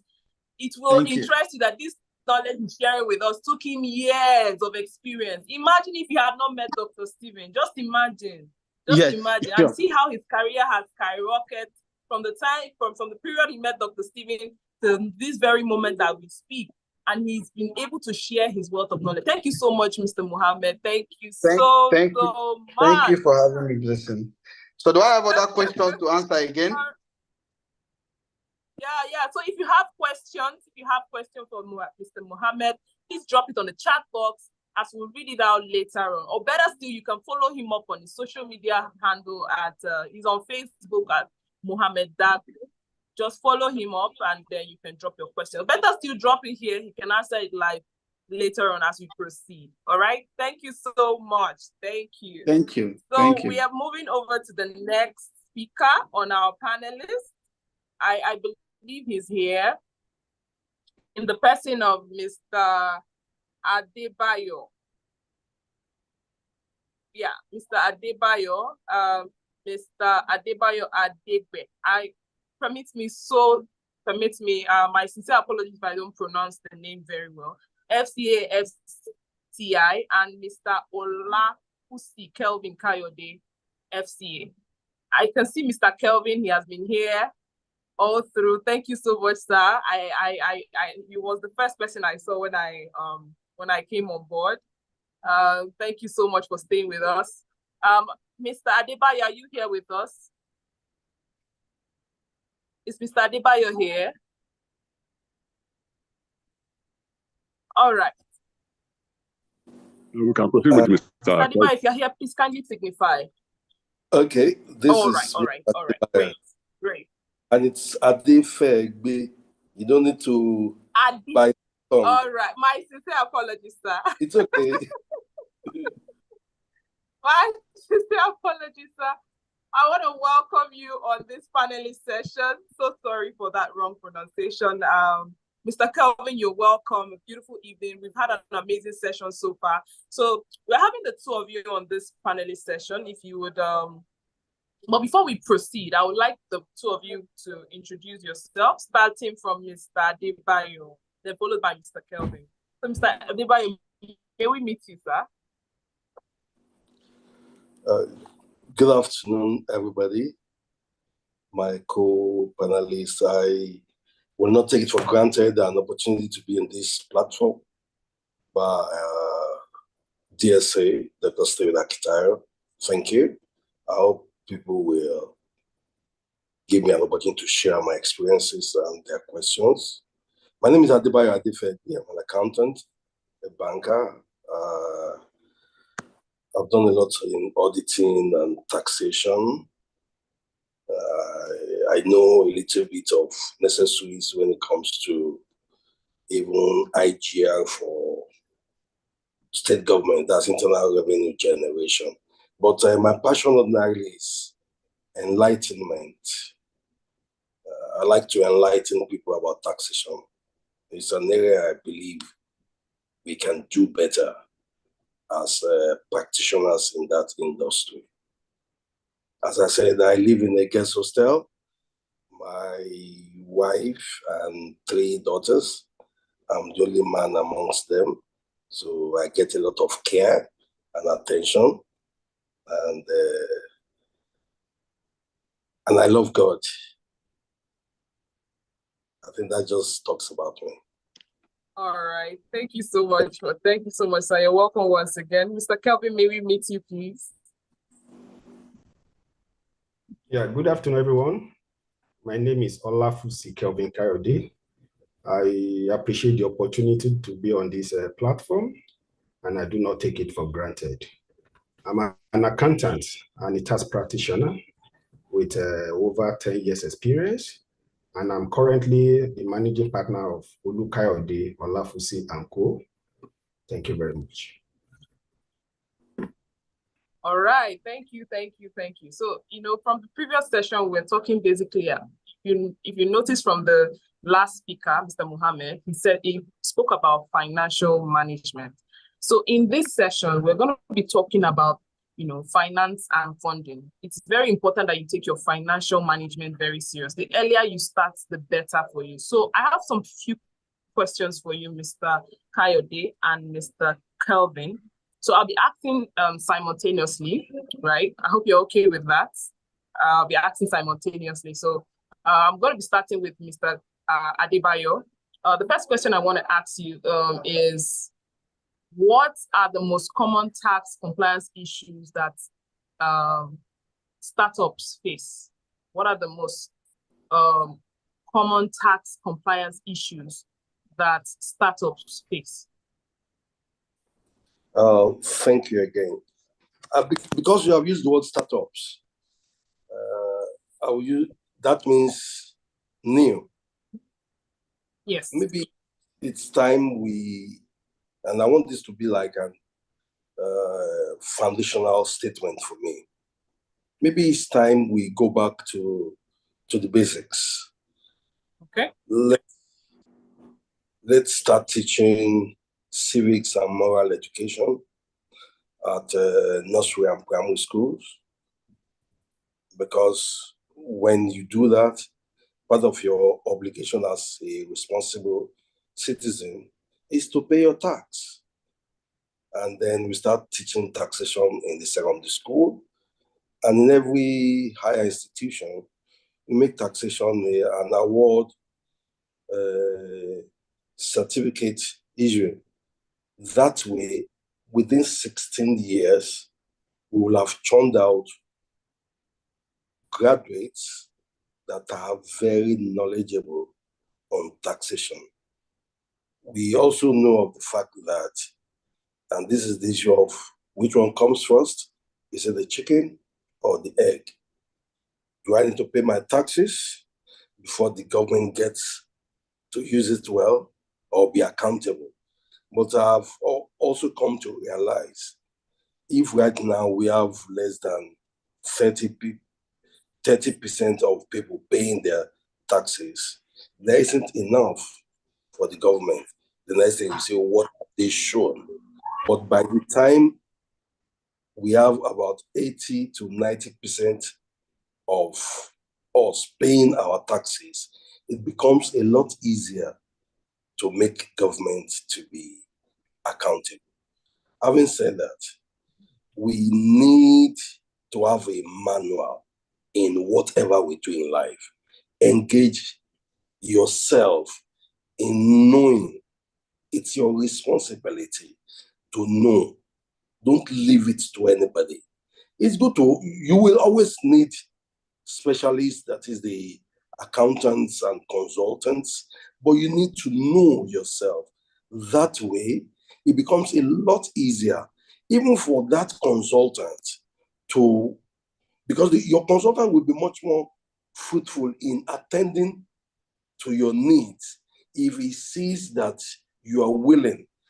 In my practice, whenever I get engaged by any client, I tell you anything and everything. So whether you are taking me on a full all or just a bit of some aspects, let it not be that you don't know. So the most important thing, and then when you talk about compliance, when you know everything, it becomes a lot easier, whether it's a monthly filing for your VAT or withholding tax or the annual returns at the end of the year, when you know that if you don't do it by the 6th month of the next year, then there is a penalty or interest that will go with it. Or the monthly that you need to do by the State Internal Revenue Services by paying your PAYE. Do you understand? You need to register both at the state and the federal level.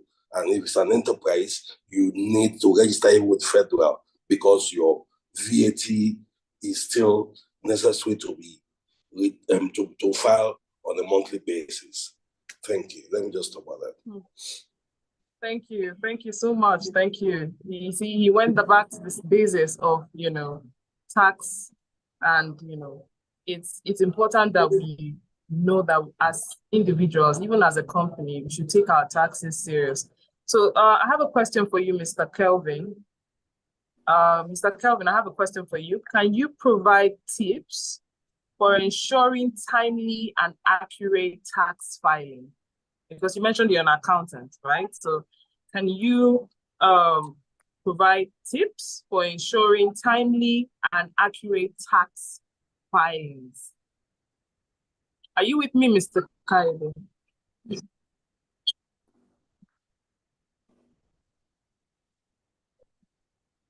Okay. I think the network, I think he's having network issues. So I'm gonna continue with you, Mr. Adebayo. I'm gonna continue with you. So that question was supposed to go to Mr. Kelvin, but I'm gonna shoot that question to you because I believe that you've given us the intro already. So let's just take it up from there while we wait for Mr. Kelvin to join us. All right. So can you provide tips to ensuring timely and accurate tax filings? Can you? When you say you can't have a competent taxman that is not a very knowledgeable accountant. So if you want to have not to be on the wrong side of the law, then you must have a very comprehensive means of bookkeeping. Because I have a joke, I always say, accountants do it by analysis. Once you keep your records, it could just be in simple manual form, not to talk of nowadays that there are 1,001 softwares that you can use. For every transaction that has any tax implication, once you know so, just keep the records appropriately. What that does for you is, with little efforts, at the appropriate time of meeting up with your filing, it's just like bread and butter. It will not be much of a problem in you achieving it. Once you, for instance, for PAYE, by the 14th of the next month, you should pay it. But if you have not paid your salary, please communicate it. Never you neglect any letter from any tax authority without responding to it, because there is always an implication or a consequence for that negligence, and it is unnecessary. Once you communicate, and it's your right, it's your responsibility, no matter what you don't know. The tax authorities are there to enlighten you. But unless you engage them, and that's what I'm saying, try to know it yourself. Good to have even if you have your consultant, engage that consultant. And if it's your accountant that is there, sit down with him or her. Please tell me, what is this? Some people may make simple comments that, oh, I did government contracts. They have deducted VAT. They have deducted withholding tax, and I don't have any problems again. My dear sir, my dear ma, you still have many responsibilities. All that had happened is just upfront deduction, so that when it is time for you to play your own responsibility, some money had been put aside for you. I rest my case. All right. Thank you so much. Thank you so much. Ima, I want to I didn't hear that, sir. I said Ima. All right, now. proceed. Since Oga Kevin is not around now, what that means is just know that he just joined us. No, now I wanted to say that at least maybe the biscuits and Fanta that you want to give me through Zoom, I will. My boss, Amarando. I was already planning the ration of the biscuit that she will give me. Thank you, I'm sure it was network, but he's around now. Okay, Exactly. Mr. Kelvin, welcome back. Welcome back. We missed you for a minute. And we missed you for a minute. Mr. Adebayo was giving us some, details about tax. And I wanted to ask you a question that relates more to your field, but he has already given us insights. But I'm going to proceed to the next question, which says, how should startups handle sales tax, right? For online sales, especially when selling across states or international borders? Yeah, thank you very much. Mr. Adebayo has already laid down the foundation of taxes and compliance, which is a very good one. Sales tax, in Nigeria, we call it value added tax, that is VAT. When sales, it's just a sales on consumption. Sales, that is, when activities is being rendered, you take up the percentage, which is normally 7.5% from such sales. Now, the thing is this, when there's a sales, either a physical sale, online sales, or trans-border sales, the law permits that value-added tax should be added to your invoice value. Take, for instance, maybe the sales is 100 naira, then you have the value-added tax, which is 7.5% to it when you are invoicing the client. Now, that money which you have added, the 7.5 which you have added, is not your money as a company. You are just an agent of collection. You are collecting that money on behalf of government, and it is expected of you that you should remit that money back to Federal Inland Revenue Service. Again, there's something we call output VAT and input VAT. I don't want to go too deep. So because this is just an elementary class, output VAT is the VAT you charge on your sales, while the input VAT is the VAT that you paid on your purchases. Normally when the two comes together, then you have your net VAT to be paid. That is the VAT that you remit to Federal Inland Revenue Service. But in everything that you do with Federal Inland Revenue Service, time is very important. Taxes is all about timing and date.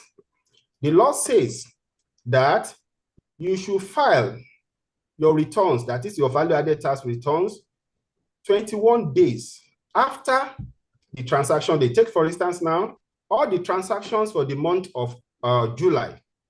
You must file the VAT returns by August 20, not later than on or before August 21. which means if you do anything other than that after that date, for what? For late filing. And again, if you don't file appropriately, there is also penalty. When your returns are failed, or when you delete the return you are filing when it is failed, the penalty is 50,000. And subsequently, the penalty is 25,000.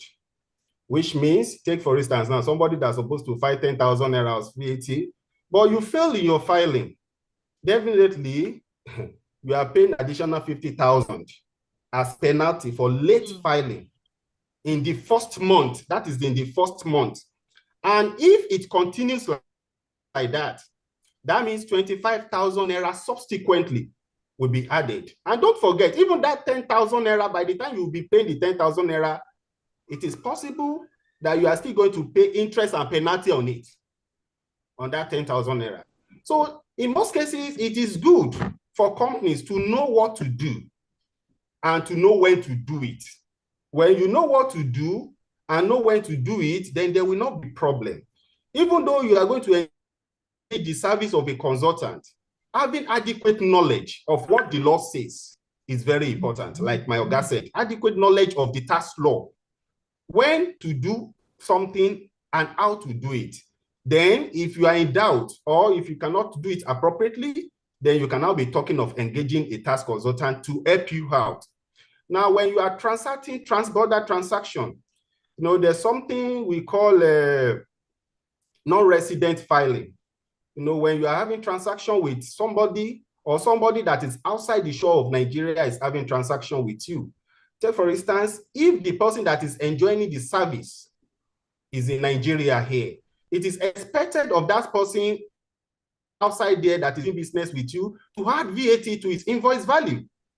Then when the person adds VAT to the invoice value, then you can help the person to pay the VAT because the company outside does not have residents in Nigeria. So you help the person, the company or the individual to pay the VAT because you are the one that the person rendered the service to. Then you help the person to pay the VAT. So all this and that, local sales attract VAT. Also, international service attract VAT. So also international service attract VAT. So that is the way we normally do it. Thank you very much. All right. Thank you so much, sir. Thank you so much for that insight. So one more question for you. I still have one more question for you. Okay, so what are the tax implications for startups looking towards expanding internationally?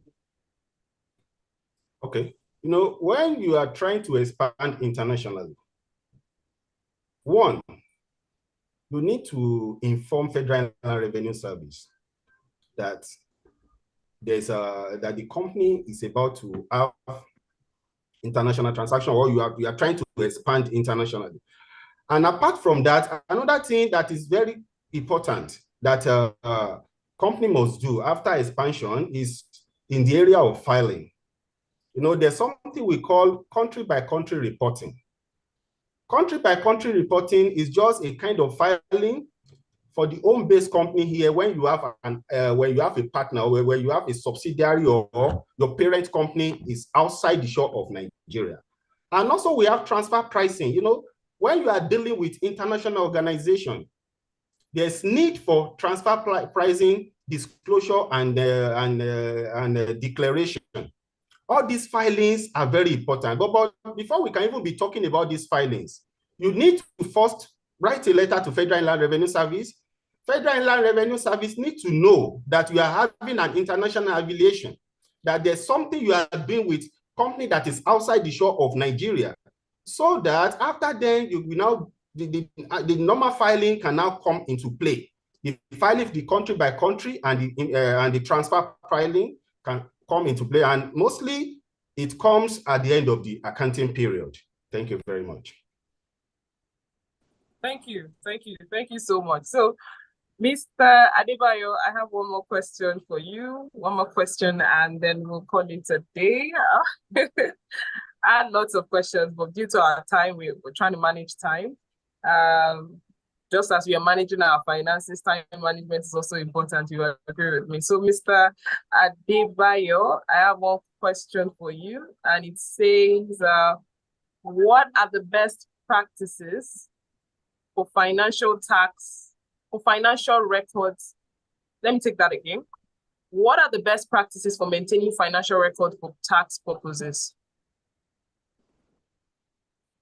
Well, thank you for that question. When you say best practices for for maintaining financial records, for tax records. Before I answer that, I'd like just to make a comment in addition to what Oga Calvin said. I think concerning international relationships, we also want to know to what extent is whether there is a taxation treaty between Nigeria and that institution. And that country, what that does is, for instance, if like UK now, we have a relationship, we have an understanding, but there's some few countries that we don't. So you need to know the status of the country you are relating with, whether there is taxation treaty between Nigeria or not. Back to my question. The simple thing is, don't be caught on the wrong side of the law. Ignorance is not even an excuse in law. You have your debit, you have your credit. For VAT, we have VAT input, we have VAT output. Before you make your filing, before you can claim the VAT input, you need to make sure that the cost of sales or the purchases are well documented to show that you have paid VAT on it before. And tax avoidance and tax evasion, one is a crime, the other is a management. And everybody should try and do tax management. Let me give you an instance. Several years ago, there was an issue that had to do with LRS and my accounting firm. And they levied my client on PAYE liabilities with interest and penalties. And the only thing I had to defend that my client is, can't you see that this company has not even paid these salaries? So if I've not paid salary, I can be talking about the remittance of the PAYE on it, that's pay as you earn. So we must keep very clean, open records, transparent. Once you do that, it becomes a lot easier. And there's not like best practice, it's just the right practice. I don't want to use the word best practice, it's the right practice. Debit is expense or asset. Credit is income or liability. Recognize every tax liability attached to every transaction that has any tax implication. Once you do that, do you know that you can, if the truth is you don't even have financial capacity to pay that liability, because you can make profit in the books and the cash flow may not be available, you write to the tax authority that I have made a profit of 20 million and the liability on it maybe is 5 or 6 million, but please bear with me. This is my condition. I do not have cash to pay it. He who comes to equity must come with clean hands. Communicate with the tax authorities. Let them know your condition. No, the authority doesn't want you to come and pay your liabilities with borrowed monies. No. And that's why in most instances now, especially for VAT, it's now on a cash basis. We have, after some years now, moved away from accrual basis. Cash basis means it is because I have the cash, that is why that established liability becomes payable. And that's my testimony. Thank you. Thank you. Thank you. Thank you so much. Thank you so much. I'm sure we've learned a lot so far. I'm sure we've learned a lot. Please, can we give them a round of applause? Can we give them a round of applause? I'm sure we've learned so much. A round of applause. Trust me that your tax is as important as the business, right? Taking note of these things early enough and knowing them early enough will save you. You heard him say something about, writing to the board that you've made so and so amount of money. And Mr. Kelvin also emphasized on bookkeeping, right? Keep your books. Your financial records are important. This is one of the ways you can manage your finances. And I have learned so much. Mr. Kelvin Kayode, any last words for us as we wrap up this panel session? Any last words, one or two things that you can, Thank you very much. What I will say is this. You see, as a business owner, you need to start right. When you are starting your business, you need to start it right. Because when you get it wrong from the beginning, there will be a problem. And starting it right, you need to have the right information. The information at your disposal is very important. Don't leave everything to the hand of your consultant. You too, you need to be well informed. You need to acquire knowledge. And again, after acquiring knowledge, you need to do the right thing. Most of the business owners we have in Nigeria, they don't like doing the right thing. I can say that with putting my hand in my chest, that they don't like doing the right thing. But we need to cultivate the habit of doing the right thing. When you do the right things at times, even though doing the right thing can even save you some cost. But if you fail to do the right thing, you will incur unnecessary liability that the company is supposed not to incur. And when you are in doubt, there's no problem by you consulting an expert, a tax consultant, to put you through when you know you are in doubt. And in all, you need to be deliberate as to what you want to do. Do you want to do the right thing or what? You need to be deliberate. And at the end of the time, we get the right result. Thank you very much. Thank you so much. A round of applause for them, please. A round of applause. Trust me, the information you are getting here, trust me, if you were to go on your own, you know how much you pay for them. These are top experts in the field of compliance and taxation. Please, a round of applause in the comment section. A round of applause using your clapping emojis. Thank you so much. Thank you so much, Mr. Kelvin. Thank you so much, Mr. Adebayo. It's a privilege to host you. Thank you so much. I was really enlightened. I'm sure the audience are too. All right. So before I call it a close on my session, before I hand over to Mr. Barry, I also want to inform you, all viewers, that if you want to register for Dr. Stephen Akintayo's one-on-one mentorship, see, all this you are getting, all this privilege you are getting as a result of mentorship, right? Is because someone took the responsibility of saying, come and learn, right? Come and learn from this, come and learn from my friends. And that's the person of Dr. Stephen Akintayo. If you want to be like a Mr. Mohammed Dago that, shared his story, and, to me, it's a success story from, point A to point where he is today. And I'm sure he's going to go higher because it's upward and forward always, right? So Dr. Stephen one-on-one mentorship, you can buy all the book at the promo price of $548 instead of $3,000 US. That means you can register now for his one-on-one mentorship. I'll confirm the price and I'll send the price for today's price for his one-on-one mentorship.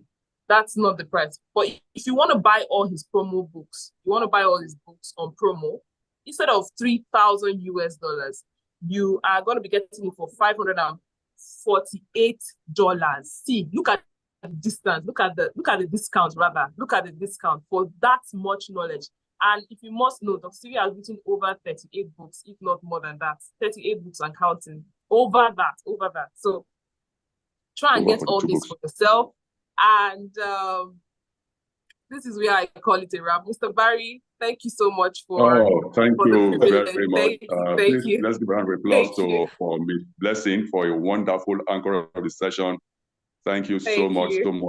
Beautiful job. Well done. Thank you so much.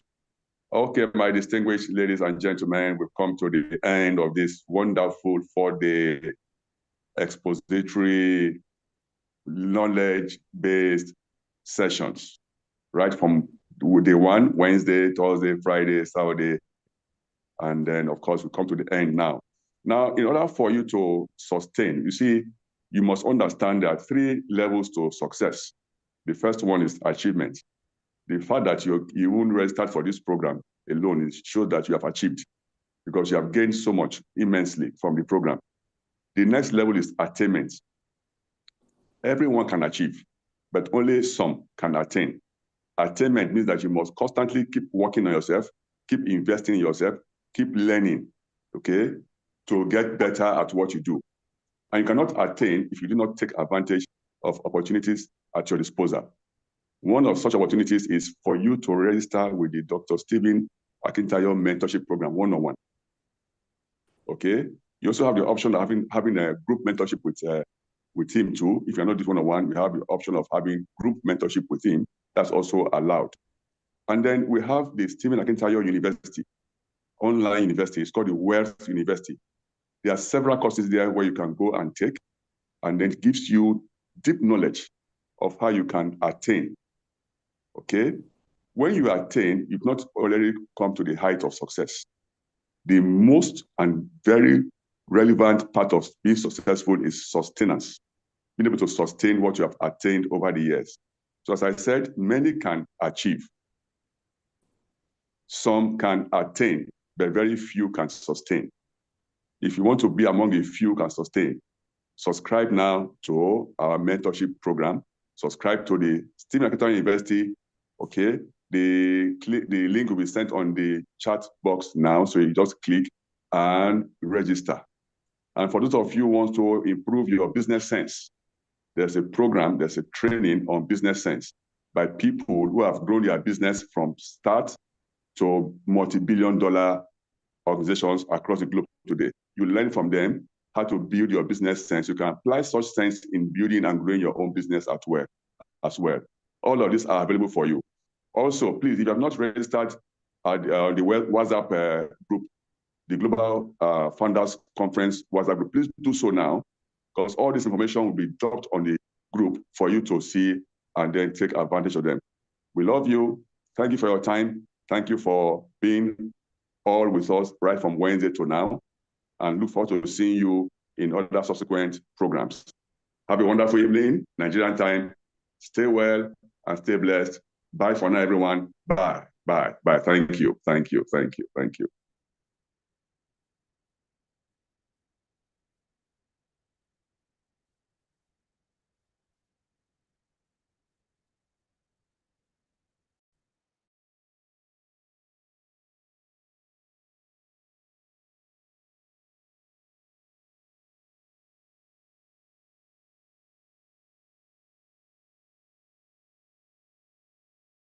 Dr. Stevens with me. This guy is amazing, phenomenal human being, okay? I got 10,000 people watching this today. I respect you greatly because you have taken the initiative, you've taken the step to say, we want to make things better for people. And I love to be with people who add value to people, and you do. What's up? There you go. All right, get focused. Take these beautiful things that I've got. Please stay. I want you, I need you, oh God. Don't take these beautiful. To book your seat today, visit www.stephenakintayo.com/GWFUSA. Hi, great investors, and my name is Jessica Martins. We welcome you to Beryl Beachfront Estate. Today is our office launch. Are you excited about that? I'm super excited here. There's so many things you want to learn about this location. Today, we are here to show the latest developments to our smart investors who bought into this Beryl Beachfront years ago. For us to move to site, that shows the level of integrity, because we value integrity and it's one of our core values. For you, the smart investor who bought into this place that was once a bush, guess what today?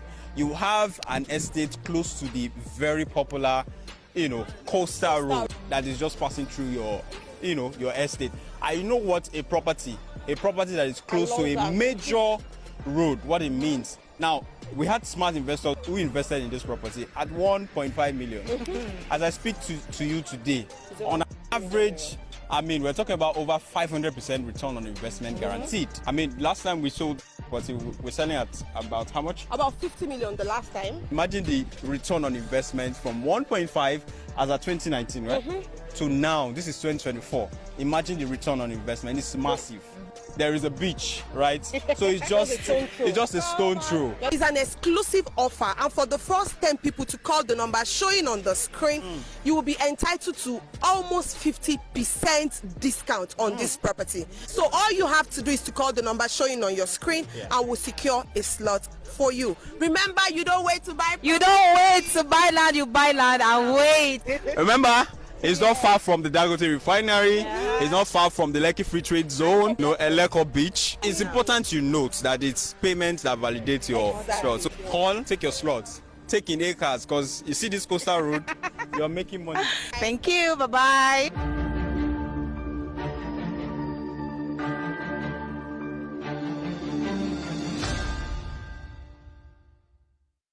I have so many power. Le Baduse play Lamande. I have Santos Sanatorias. I have Ramande. I have Abido Cheka. I have never touched those ones. I have Sepre. When it comes for power, I have Rebadu. I have Ganduka Gandusa. I have Ndaboski Paus.